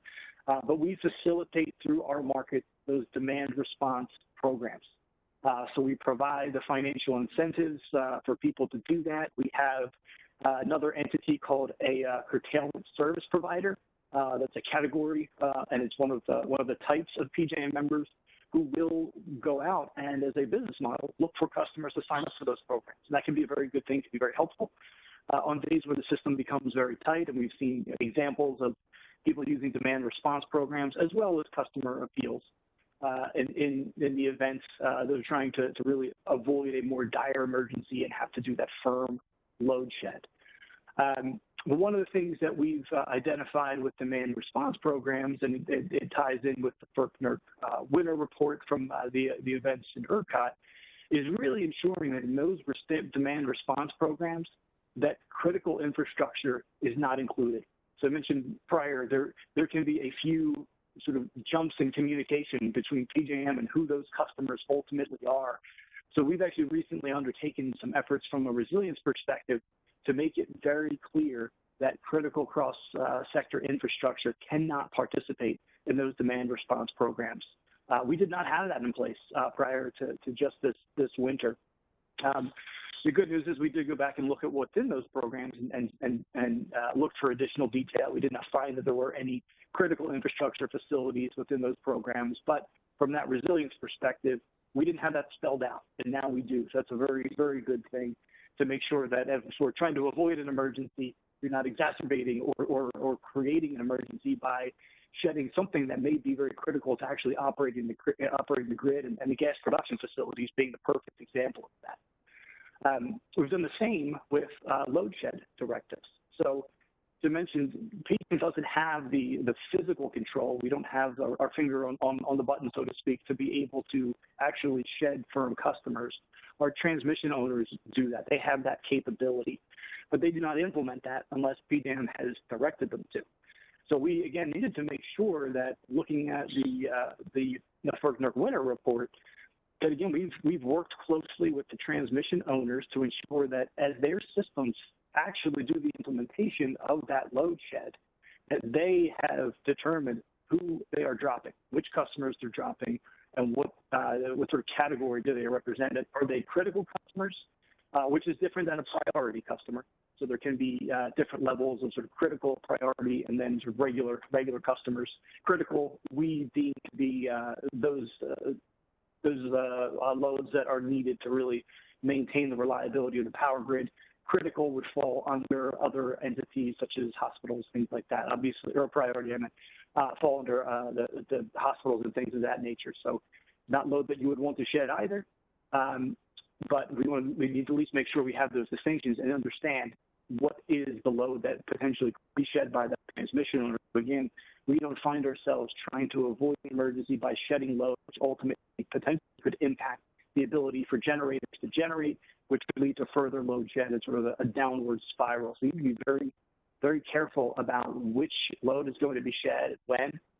Also including with that too is rotation of load shed. So that's a general good practice there, just to avoid hardships on people and potentially avoid some of the other impacts that can come along as demand is off for potentially extended time periods, extended days. If you want to the next slide.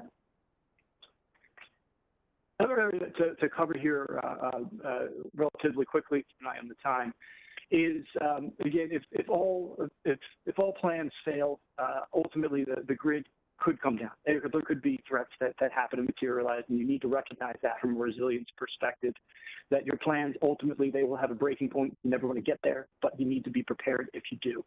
Which really brings us to restarting the grid and system restoration. And this is another area where PJM plays a pivotal role. So the diagram we can see here, starting from kind of the upper left-hand corner, is a black start unit. And we've got a definition as we move through here, but wanted to show the picture at first. And we see we have a black start generator. We have that supplying really three areas. One would be nuclear safe shutdown power. The other is electric-powered gas compressor stations. And then generators that we call critical load units. And then we move on to restoring the rest of the grid. So that's the picture of how the system restoration really begins. Want to move to the next slide? So we talk about critical load. PJM has a very specific critical load definition. And that's, again, thinking back to that prior picture, it's the power for those critical load units. So we determine the exact power needs for every generator that has a time to start of 4 hours or less. So we're considering those as our need to rebuild the grid. We look at the nuclear safe shutdown power. But then we also very specifically look at the power for the critical gas infrastructure. This does tie back in as well with the prior slides about demand response and load shed. So critical gas infrastructure for PJM is very important. Our fleet, we have some renewables. We're beginning that transition, but it's still predominantly natural gas, coal, nuclear, hydro. So it's mainly what comprises our fleet. And for system restoration, typically the generators with the 4 hour time or less are natural gas resources, as well as the next set of generators that we get to around the 8 to 10 hours is going to be natural gas generators. So we need the gas infrastructure to be up and running. We recognize that is, for us, one of the critical cross-sector dependencies in that system restoration. So identifying where that critical load is, having the proper amount of black start generators to be able to serve those loads is the other aspect that PJM implements as well. And for the definition, we consider a black start unit, it's the ability to self-start to a dead boss within 3 hours, and then again, provide power to serve those critical loads. So to move to the next slide.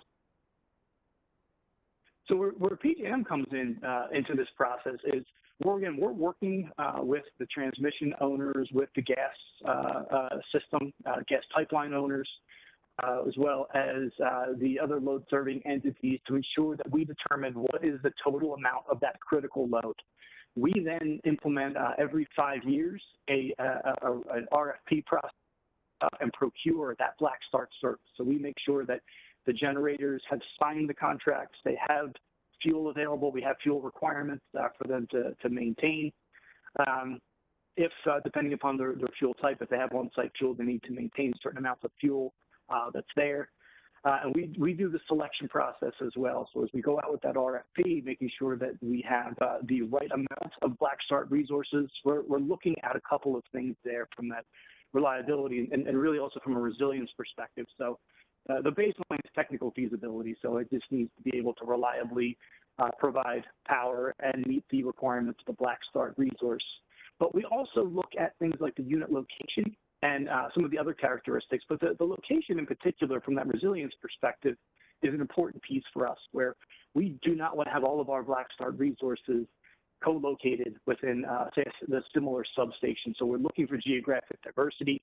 Again, thinking about a resilience event, something more wide scale is going to most likely be the trigger for a system blackout. It's not going to be localized. So we want to make sure that depending upon what damage may have occurred, we have units that are geographically dispersed and would be more likely to be available.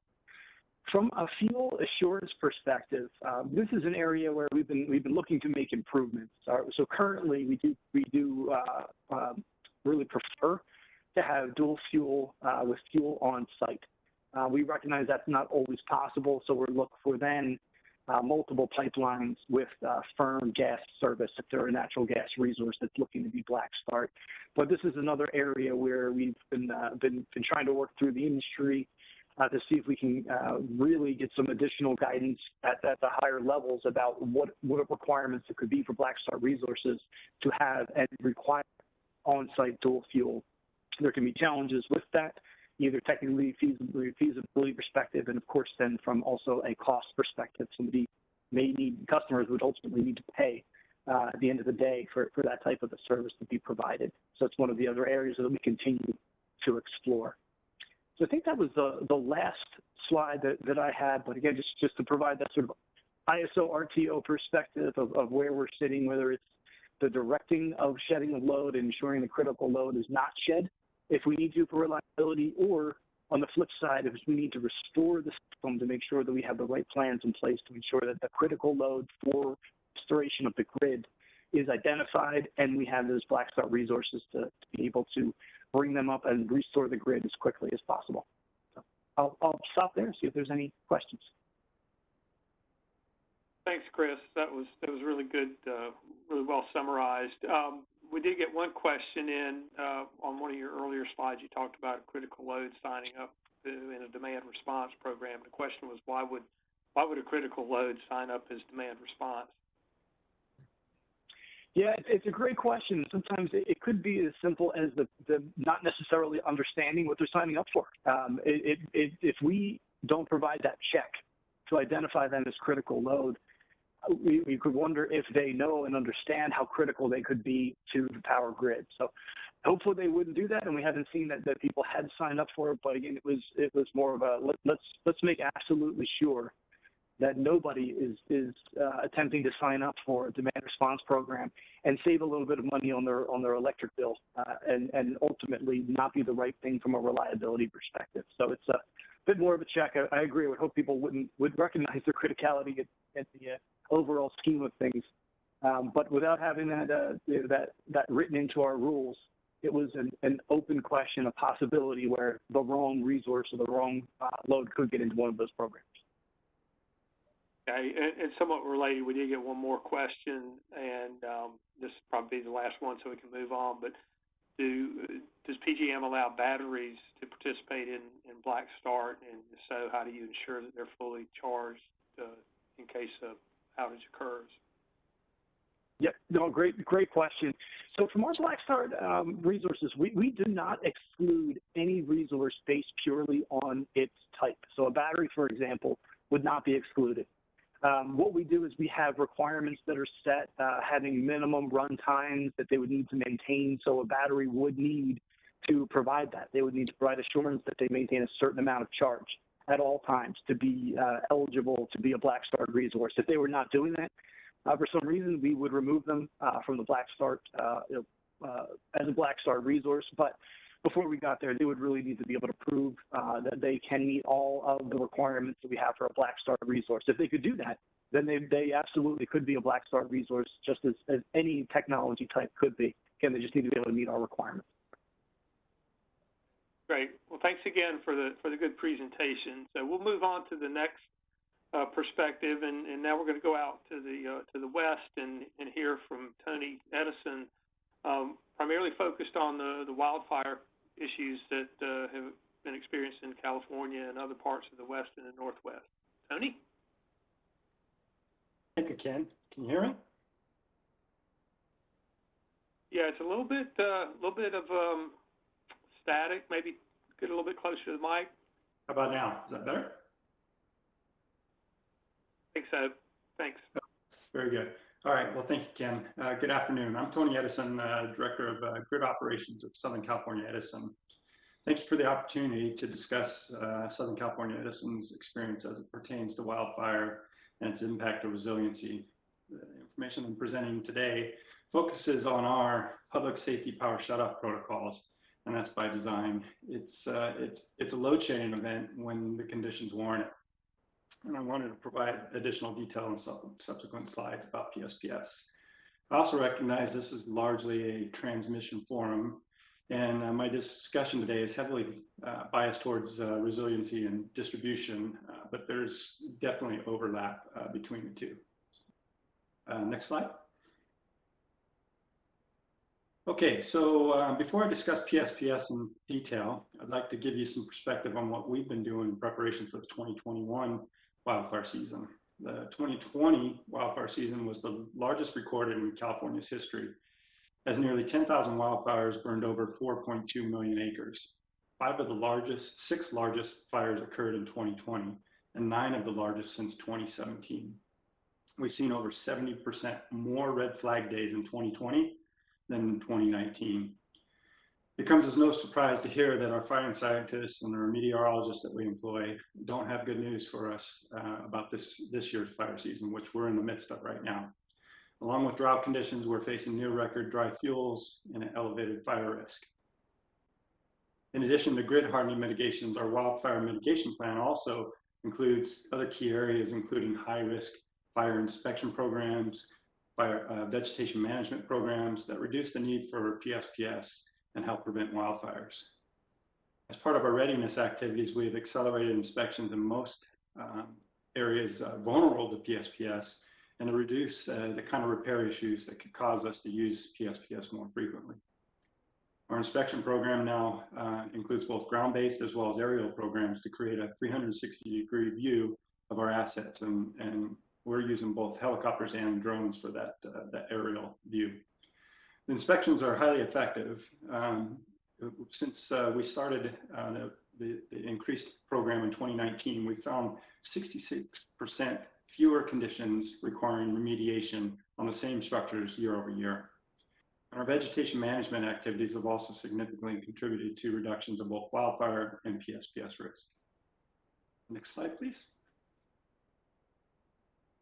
Okay, so what is a public safety power shutoff? So when there's a high risk for wildfire, we may declare what we call a public safety power shutoff or PSPS event and temporarily shut off power to neighborhoods that are located in high risk or high fire risk areas. The California Public Utility Commission gives us the authority to protect public safety when by preventing our electrical system from becoming a source of ignition. PSPS is used to complement infrastructure hardening measures when conditions threaten our power lines in a way that presents an imminent danger to public safety. We activate teams to initiate PSPS protocols when we project elevated fire conditions, which are defined by local dry fuel conditions and wind speeds. This impacts our overhead circuits that are in the high risk areas, sometimes even underground areas that are fed from overhead lines that traverse those same areas. We also have situations, albeit less frequent, where our high voltage transmission system can be impacted, affecting larger areas of our grid. Over time, as more mitigations are deployed, the company expects to reduce the scope and impact of PSPS, but PSPS will always remain available as a tool to mitigate wildfire risk when conditions and weather require us to act. Next slide, please. Okay, so let's talk about the decision-making process, and we try to do it effectively. We want to do it with precision, and first and foremost, we don't make the decision lightly. On one hand, we know we have to do a PSPS under some circumstances to reduce the threat of ignition from our system. But on the other hand, as we all know, de-energization comes with inconvenience and even risk to our customers. Essentially, we look at two factors: environmental conditions such as dry and live fuel moisture, which is calculated into one number. We call that an FPI, or our fire potential index. And we also look at wind speeds. As a general rule, SCE's wind speed thresholds for activating the PSPS protocol are either the 99th percentile wind speed for the local area of the circuit, in other words, the top speeds for that area, or the National Weather Service wind advisory level. This is typically a 31 mile per hour sustained wind and 46 mile per hour gusts. This is the wind speed at which the National Weather Service has determined that debris can become airborne. And a lot of that debris is vegetation. As much as we can prune and remediate vegetation in our right-of-ways, we can't protect our lines from all debris. The fact of the matter is we have other types of debris that gets into our lines. As many know, tarps, lawn furniture, occasionally even a flying trampoline we've seen a few times. And when it gets connected with our lines, it can cause an ignition at worst and at least a power outage. This again is why the covered conductor program, which I'll talk about, is so important. For covered circuits, we typically increase the wind speed threshold for activation. This typically means we reach these higher wind speed values later in the event, and the event should typically end earlier. And this means our customers will endure a shorter PSPS outage. Next slide, please. So you might be asking, what are we doing to reduce the use of PSPS? Next slide. Quite frankly, our company has been criticized about the use of PSPS. We take seriously the concerns we heard about our PSPS execution, and we know we must do better and continue to improve.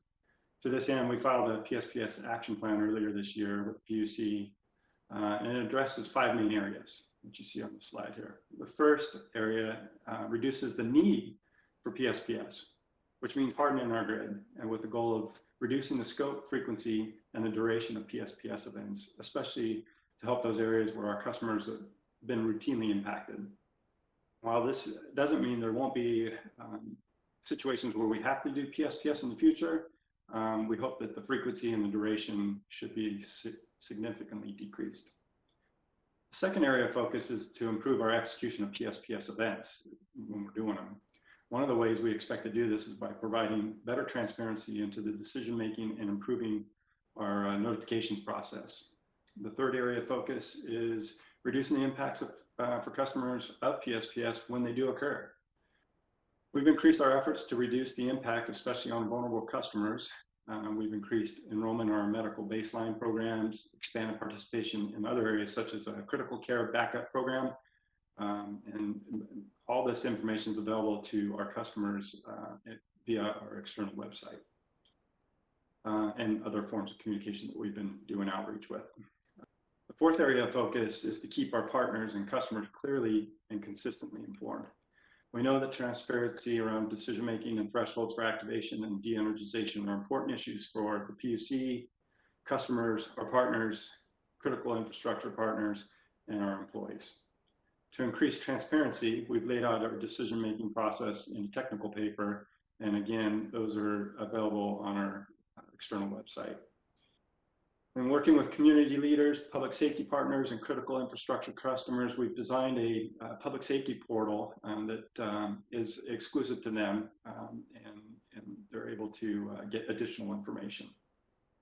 And then lastly, we're working with to enhance and improve our post-event reporting to make them more transparent and clear for our stakeholders. We've learned a lot in our experiences so far, and these reports go a long way to continue to improve performance from each and every event.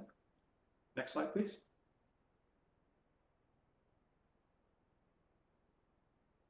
Okay, reducing the need for PSPS. Reductions are accomplished through several tools that we believe will improve the customer experience. Some of the tools we are utilizing are shown in this table. Insulated wires or covered conductors, how we typically refer to it, is the primary method that allows us to achieve these benefits. Bare wire is open to the elements, so when debris comes in contact with those wires, it can de-energize a portion or all of the circuit. Covering our wire eliminates unintentional contact from becoming an ignition, but the key is that installing covered conductor, we can raise our wind speed thresholds before we de-energize. With bare wire, we're typically at, as I stated before, 31 mile an hour sustained winds or 46 mile an hour gusts during PSPS events. And then with covered conductor, we can generally raise the thresholds to 40 miles per hour sustained and 58 mile per hour gusts. And in many cases, this eliminates the PSPS need completely. Or if it does reach at the higher thresholds, the event is typically shorter in duration, as I stated before. It's also noted that covered conductor has reliability benefits beyond PSPS conditions, and it's because many of these cases or installations are in areas where the wind blows throughout the year, even though it may not be a high fire season. The second method here is segmentation, and this was a key focus for us in 2020, and we're building on that work in 2021. And this involves installing automated switches that allow us to de-energize specific smaller areas of concern The benefit of segmentation is that we can reduce the number of customers impacted or the duration for some customers. This method allows us to avoid interrupting critical infrastructure customers where possible versus a blanket circuit interruption approach.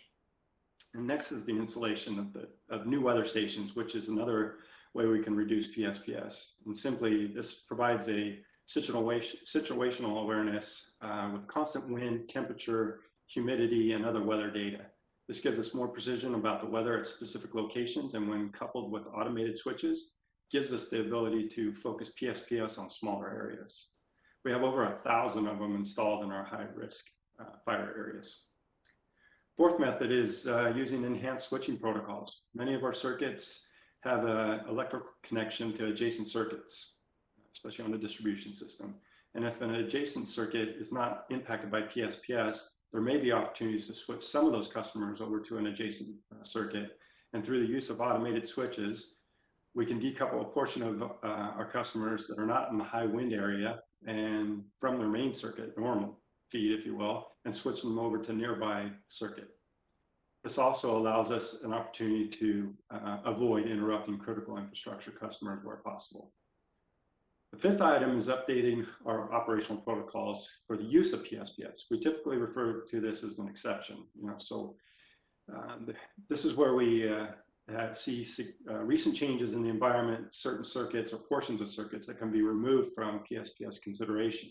For example, is maybe a lack of vegetation in an area, possibly due to a recent fire. And then we can look at that area and say, even with high winds forecasted and dry conditions, there's just nothing to burn. And then we do that on an iterative basis. Next slide, please. Okay, so how are we mitigating the impacts of an event? The fact is, we're going to have these events, and so how are we trying to mitigate the impacts? Next slide, please. So we know preparing and supporting our customers and community starts with listening and directly engaging.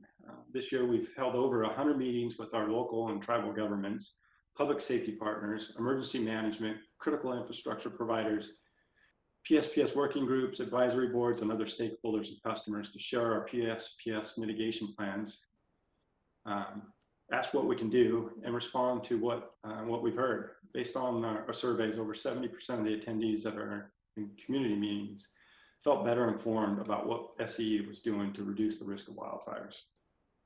During an event, community resource centers and mobile community crew vehicles are deployed to offer customers a face-to-face opportunity to interact with SCE.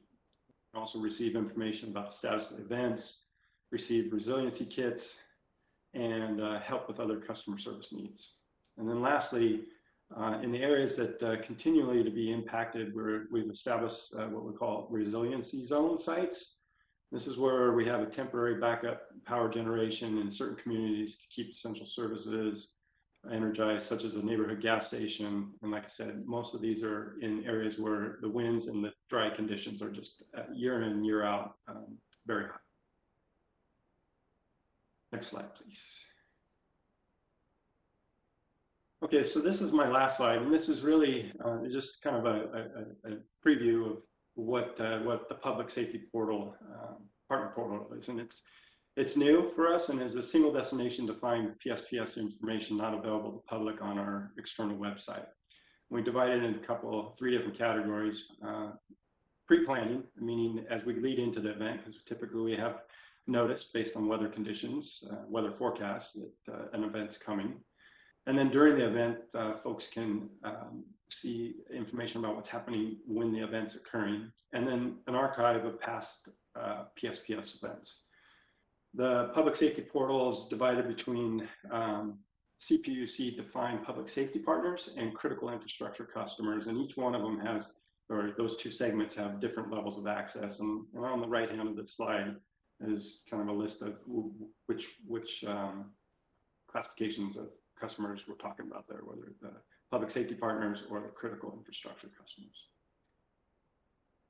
And I don't know if I have time for questions or if there any questions came through. I know we also have a Q&A period, but that's really kind of an overview of what we're dealing with in California. but happy to take a question if there are. Okay, great. Thank you, Tony. Really interesting, and you can see you're doing a lot of different things to mitigate the adverse impacts of a mitigating activity. That's kind of a double-edged sword there. So I did have a question on how many, let's see if I can do this. How many of your customers, well, now it's flipping on me, sorry. How many of your customers resorted to installing their own distributed generation, batteries, microgrids, et cetera? And do you allow for, isolated grid forming inverters or solar so they can operate off the grid?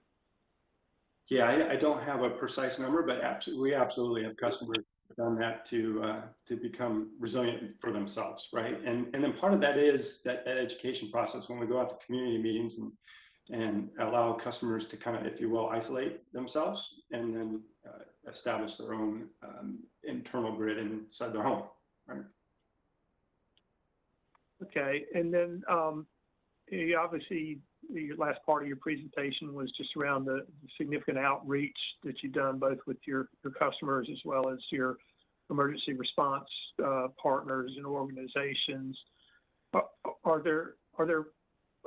Is there anything out of your planning and interaction along those lines and dealing with the challenges of implementing PSPS and mitigating it that might be of note for utilities that aren't in that same kind of circumstance, don't have the same risk and aren't dealing with those same types of things? Any key takeaways for those utilities? Yeah, I think the key takeaway that we've got is, like I said, we were heavily criticized at the beginning of the year after our 2020 experience. And as much as, we believe we're doing the right thing for public safety, the fact of the matter is we need to do it better. And I think that the communication, the outreach, the availability of information during events, we learned a lot, basically listening to folks tell us how we were doing it wrong. And so out of that became a pretty significant effort starting in February of this year, 2021, to make a difference in this, what we're in right now, what we call our PSPS season, which is typically the fall, when we start getting Santa Ana winds. In fact, we just had a PSPS event on Monday, and it involved 14 different circuits. But the point being is we're really trying to, when we have them, be smarter about it, but also help customers understand how they can help themselves too. Excellent, thanks. So maybe just one last question. I think this will be pretty quick. Are the conductors that you're covering only covered in the high wind areas, or do you do the entire circuit? Yeah, so right now it's only in the high fire risk areas, and it's only at the distribution level. We're not doing transmission, and we're not doing outside of the tier 1 fire areas that we. All right, well, thank you again. Very, very good presentation. Really appreciate you sharing. So next up, we're going to go to the Texas region and hear from Dan Smith from Lower Colorado River Authority. Dan? Yeah, thanks, Ken. Thanks for having me.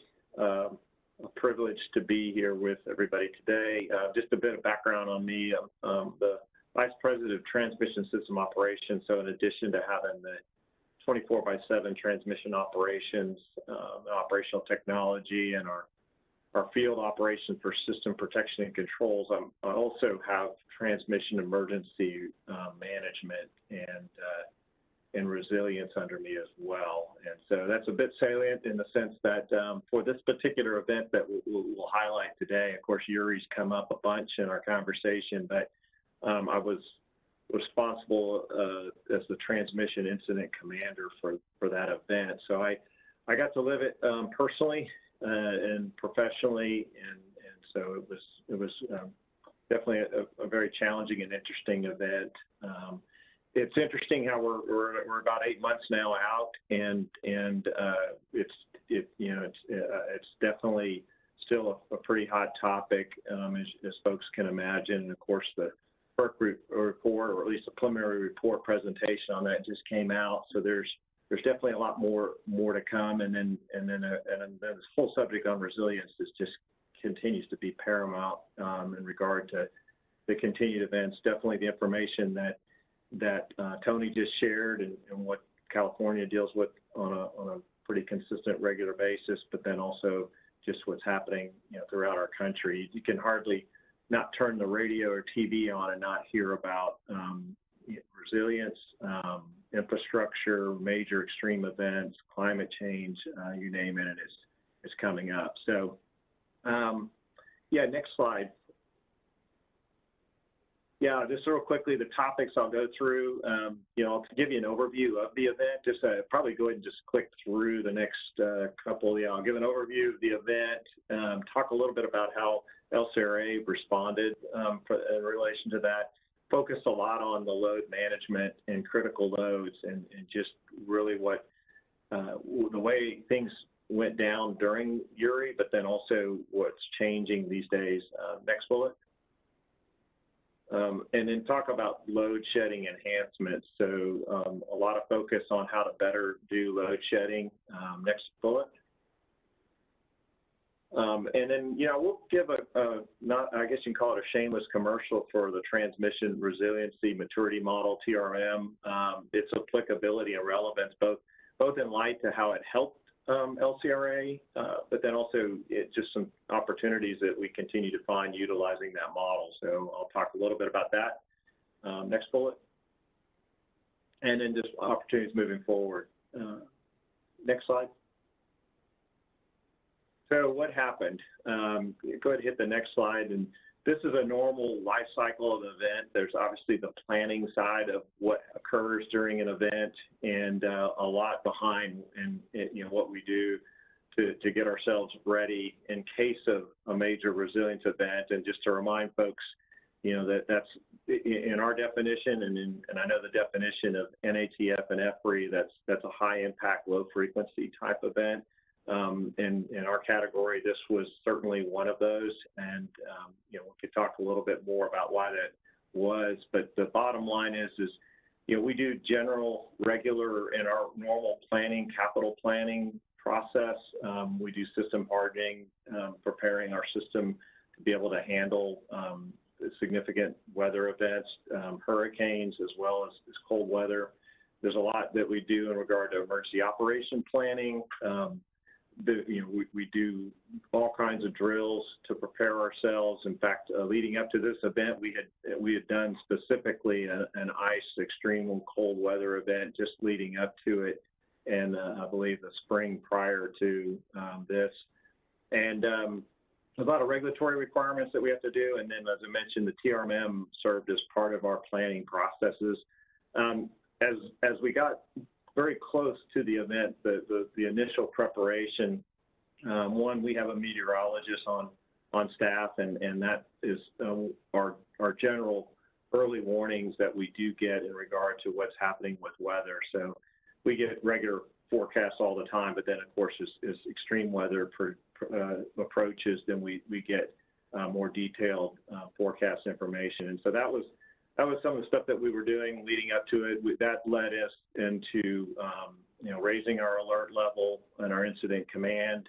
We were already at an alert level just due to the pandemic, and so just folks know, and it's already been stated that this is one of those unique situations where you've got a resiliency event that's nested in another resiliency event, and that being the pandemic. But we began to basically pull in outages, cancel outages that we had, and then restore what we could restore. Started to stage team members and take care of some of the logistics with fuel and equipment. Reserved some hotels really close to the control center, in fact within a mile, and then started to deploy people there. We also, because of the pandemic, we were operating out of multiple control centers. We did shift a couple of days before to all of us operating out of the primary control center again. And that was just an anticipation. I don't know how many folks, when you were basically cooperating in multiple control centers, knowing that the communication between those control centers was a challenge. So it proved to be invaluable, quite honestly, to shift to a single control center. We did a lot of preparation in regard to just doing EEA, which is the Energy Emergency Alert System, but bottom line, it involves the load shedding. So we basically tabletopped. We've done this previously, but literally days before, we went ahead and re-tabletopped EEA and Black Start, and then also a lot of coordination with ERCOT, RISO. The event, I'll unpack this a little bit more, but as we went into the event, we were heavy into just what was necessary to bring restoration and certainly managing that load. A lot of logistical challenges, and I'll share some stories about that in a moment. And then the community and the customer stakeholder engagement was significant. It was also interesting to see, in a bad sense, of what happens, just watching things happen on the media in real time in this particular type of event. And then there's the post side of it, which has been, is still going on. And, I hate to make light of it, but sometimes the statement is if you thought the first storm was bad, wait till you see the second. And that was somewhat related to just how challenging what's happened and the after effect has been. But bottom line is, we vastly need to learn and get better from what happened. And so, a lot of efforts there. The FERC and ERCOT both put out pretty significant RFIs. That's, of course, what fed into the report that the FERC just released in that area. Next slide. So just to talk briefly about the physics of what happened on the grid, and then really tie this into the critical load element of this. But the blue line is showing you the system frequency of ERCOT. This is from phaser measurement data that LCRA has. We've got about 100 PMUs spread throughout the system. The green line is showing you the total ERCOT generation during the event, and this pretty much spans the major portion of the event from the 14th through the 18th. So just to kind of get you February. And then that kind of orangish line is showing the amount of load shed that was being called upon all of the transmission providers. And then there's a solid red line. It just happens to it's there to just show you where the first step of under frequency load shedding is. Let's go to the next slide. This will kind of lead us into a real snapshot of what was happening right when this incident really turned south. A couple of things to just give you background on that was a bit interesting is that we knew a couple of days before, we already were predicting that we were going to be short in regard to capacity to meet the demand.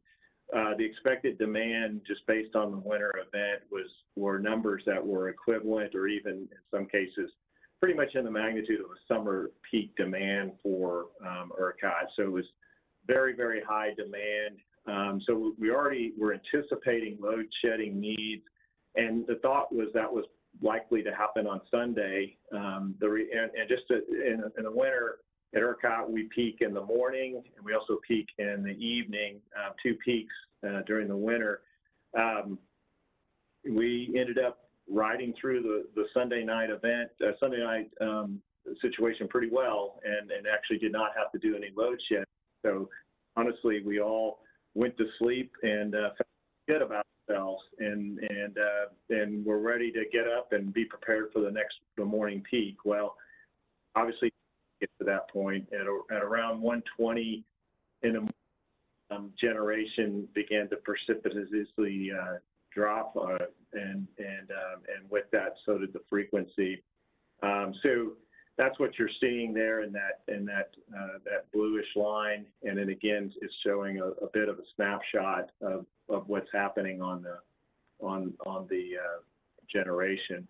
So about 6 gigawatts of generation dropped offline in about a 30-minute period of time, and in that period of time, we then began the load shedding process. So next slide. Yeah, this is an interesting graph, and I guess one thing I'll maybe highlight this. This one just shows basically the no-trip zone for generators in the ERCOT system. To just explain it in a simple form is that maybe many of you had heard the statement that ERCOT was about 4.5 minutes away from a total blackout, and that was largely true based on this particular graph, because we had reached and we had dropped below 59.4 hertz on the system frequency for 4.5 minutes. This shows that after 9 minutes, these generators have a ride through of 9 minutes at 59.4. So most likely, not every generator would have shut off, but many more would have if we would have stayed down at that point longer.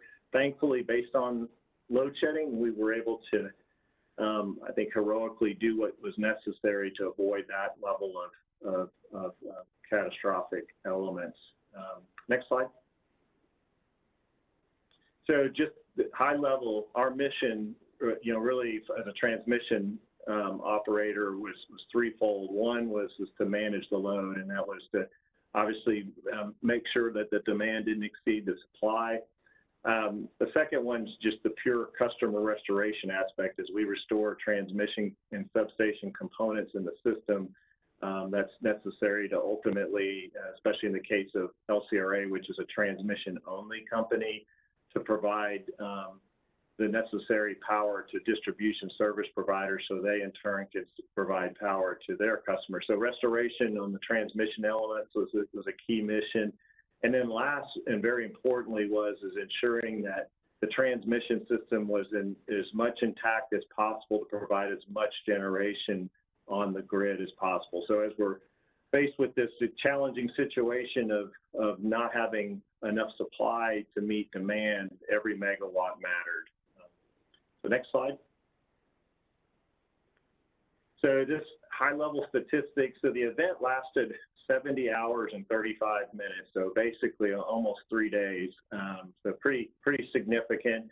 We went through 58 load shed obligations, changes in that, up 20,000 megawatt max system. So just as a point of reference, the prior event that happened in 2011, we were at 4,000 megawatts max. So this was 5 times the amount, and that event also lasted 7 hours versus 70 hours. So we spent the vast majority of this time all above 10,000 megawatts, and then and again, for a significant, unfortunately, hit that 20,000 megawatt range. Just to give some perspective, is that that was roughly a third or so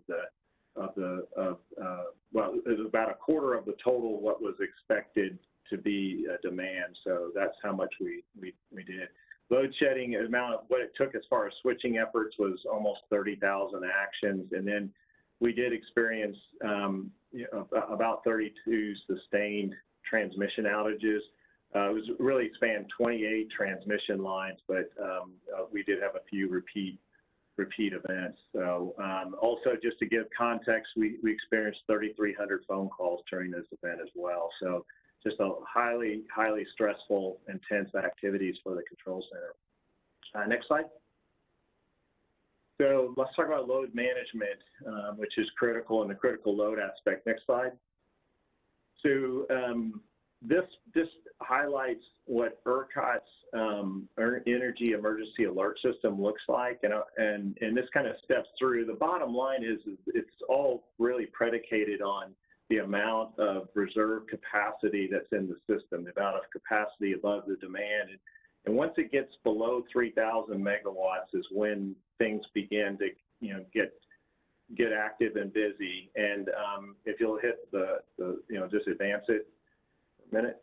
And this just kind of highlights, this is when once we reach what's considered EEA1, if we've now hit a pretty concerning stage, conservation's needed. We hit EEA2, conservation's critical, and then lastly is EEA3, and we start doing rotating outages, and that's when those reserves get less than 1,000 megawatts.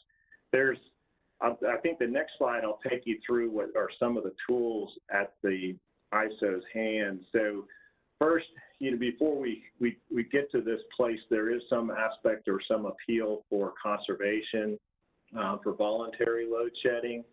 And then the ERCOT, has some ancillary tools that are at their services where they're able to take non-spending reserves and get them spending, call upon load resources, or this EERS, which is another service like an emergency response service. And then if those things don't bring the frequency back and bring the reserves back to the level needed, then that's when manual load shedding is called upon. And that can be operator done, or it could be an automated system. And then a last line of defense, before things could go even worse, is the automatic systems like the under frequency load shedding, the under voltage load shedding system. So these are the tools that really are at the ISO and at ERCOT's hands. So key part about this and what made this challenging, and as everybody probably got some sense, is many utilities got stuck because they didn't have enough manual load shed, enough feeders, distribution components that they could shed, such that they would be able to rotate and still meet the high demand, the high load shed demand that was needed. So, and that's because what's excluded first and foremost are life and public safety loads. And so those are all, there's some definition of that by the Public Utility Commission. And it's, I can read it simply stated. It's, considered, these critical loads are including but not limited to hospitals, police stations, fire stations, critical water and wastewater facilities, and customers with special in-house life-sustaining equipment. So it's a bit generic. Again, it's not even necessarily, it's not limited to. So, but that's what's defined as this element. And what's interesting is it's only been in recent times, and certainly post 2011, that the gas infrastructure was identified as well in that mix as areas of focus and concern. Recently, as things are changing, we're seeing things move to realization that a lot of nursing homes were impacted by this event and weren't protected as far as excluded feeders and distribution components. So those are added in there. And as we've talked about, critical water, another one, and then communication systems. So, not to kind of blend, I guess, to go a little bit quicker on some of this, is to state that there's a lot of realization during this event that many distribution service providers didn't necessarily do as thorough a job as they needed to identify those system components that would make a difference in their ability to ensure that critical life safety systems exist. As we talked about, this was during a pandemic, which was an aid in the sense that we knew how to mobilize an emergency operations center virtually, but that also required dependency upon solid electricity to power our devices at home, as well as good broadband, internet connection to be able to communicate. So that was an interesting challenge that we didn't fully comprehend, but that has surfaced where now communication systems become more and more part of this. One of the challenges moving forward is that we're seeing that right now we're getting continued requests for more and more distribution components to be excluded based on critical load. What we're seeing is that at least that risk of if everything is critical, then nothing's critical. So that this whole aspect that it's the population of load that a transmission operator may have access to is decreasing, which leads to kind of that next part, which is load shedding enhancements. So one of the big areas of focus that we're doing at this point is figuring out ways to increase granularity of load shedding and then also making it adaptive. And what I mean by that is areas where we, especially as a transmission operator, we maybe only had access to a distribution power transformer, and not necessarily the distribution feeders, is increasing that granularity all the way down to the distribution feeders. And then even some companies are looking at potentially being able to even go further in the distribution system to further allow load shedding. But then the adaptive part is being able to rotate under frequency load shedding feeders in a bit of a dynamic way, such that if you tap into one feeder that might have been one of your under frequency load shedding feeders, you would use that for a manual and then shift the under frequency load shedding obligation to another feeder. So point being there is you have the ability now to rotate more than what you could have. So again, one thing I'd state in this particular event, being 5 times larger than what we'd seen before, it was a part that wasn't expected by many of the transmission distribution service providers in regard to what they would need to meet as far as an obligation. Next slide. I think we're running short on time. Opportunities moving forward. So yeah, real quickly, next slide. I would just, you may hit this a number of times just to show, really the TRMM really did help us prepare, especially in the area of just looking at how we would, think of resiliency much more as these high impact, low frequency type events, things that are beyond just normal emergency response and normal business continuity. Go ahead and hit that again. There's several ones. So this framework, as some of you are probably aware of, I don't have enough time to probably unpack it right now, but it just gives you, keep going. So it kind of shows the program management, long-term planning, short-term planning, and then a lot of the enterprise-wide aspects of this. Interestingly, for LCRA, you can imagine the workforce family care management part of this became much more important. And I probably didn't say this up front, but I was like many people who experienced this personally, where didn't have power for 4 days, came back to a house that didn't have water for another 3. And so, you're managing how to take care of your family at the same time that you're also spending 16 to 18 hours a day in a control center managing, this very intense event that was, close to going really, really south and all. So very, very interesting and challenging time in regard to that. Next slide.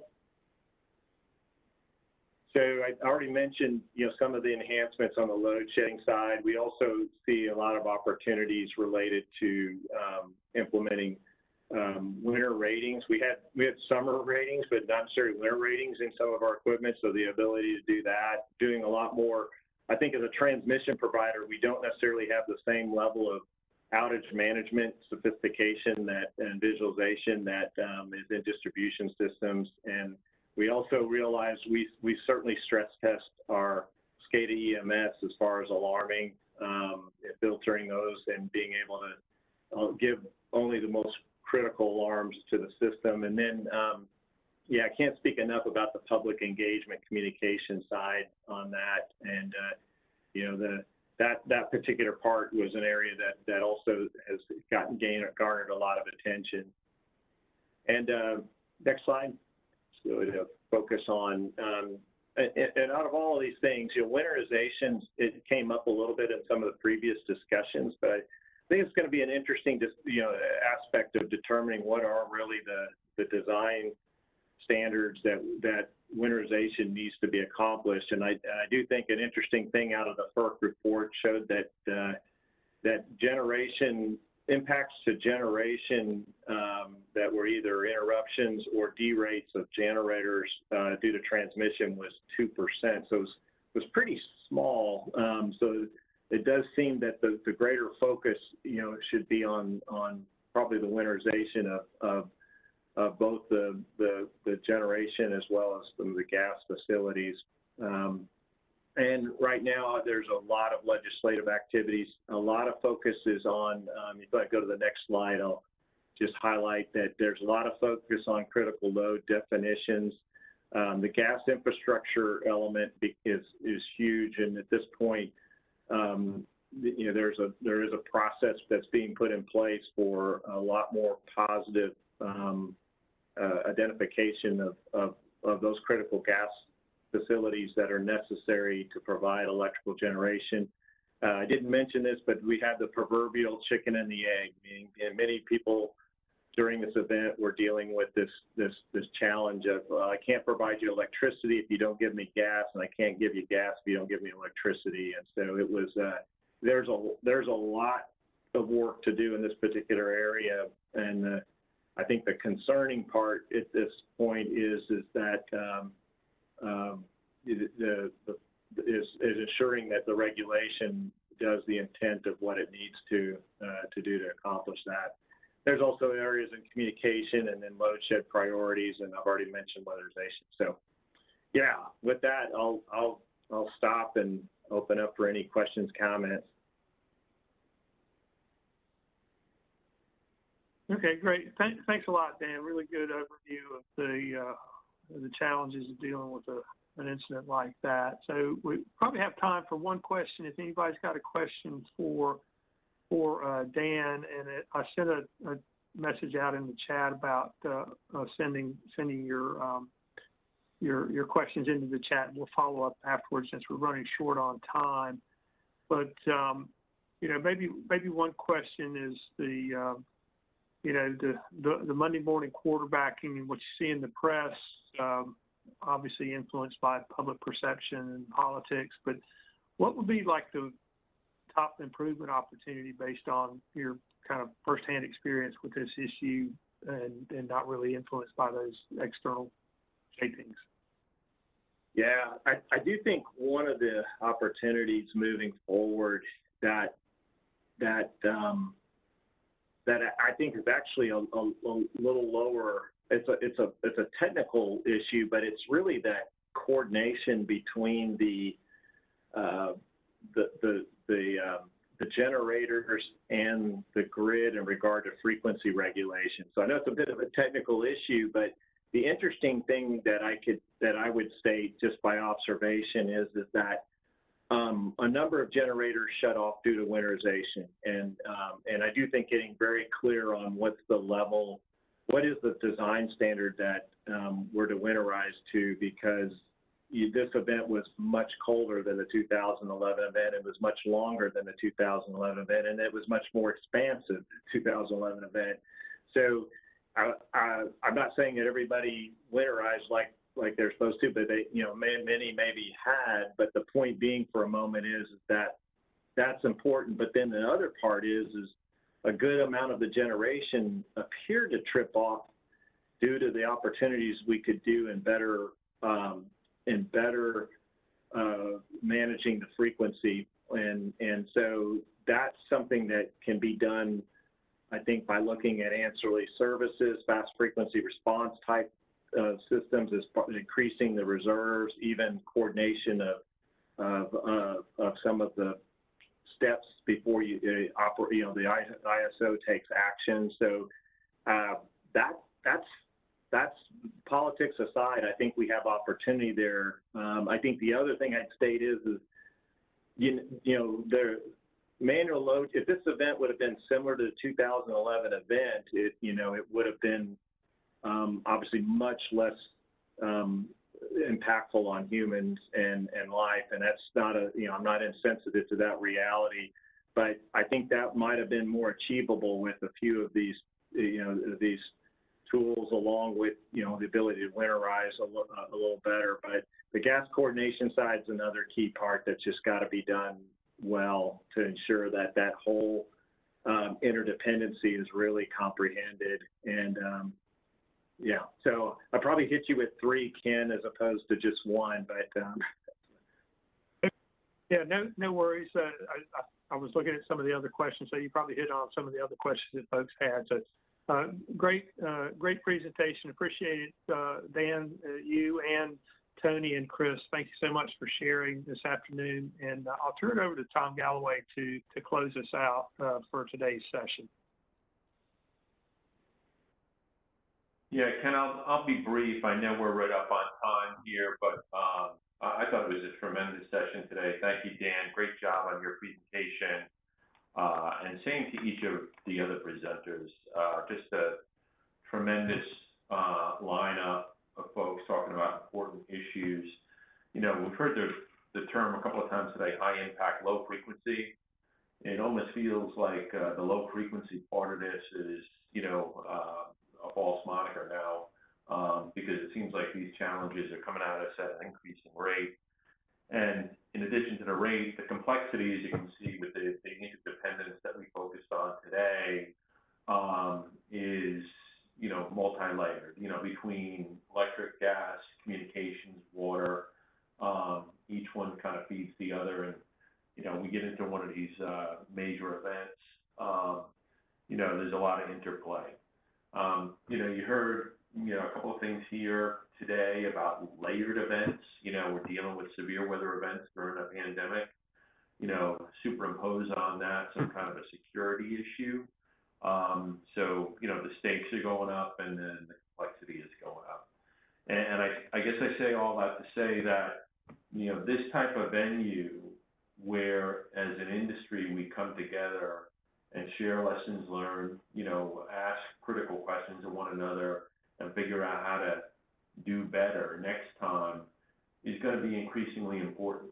And if you look back over the last 2 years during the pandemic, despite a range of challenges, including the February cold weather event in Texas, I would say that the industry has performed remarkably well.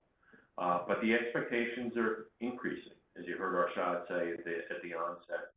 So the customer tolerance for outages, you know, based on how critical electricity is to everyday life is just going to continue to go up. So appreciate everybody coming today.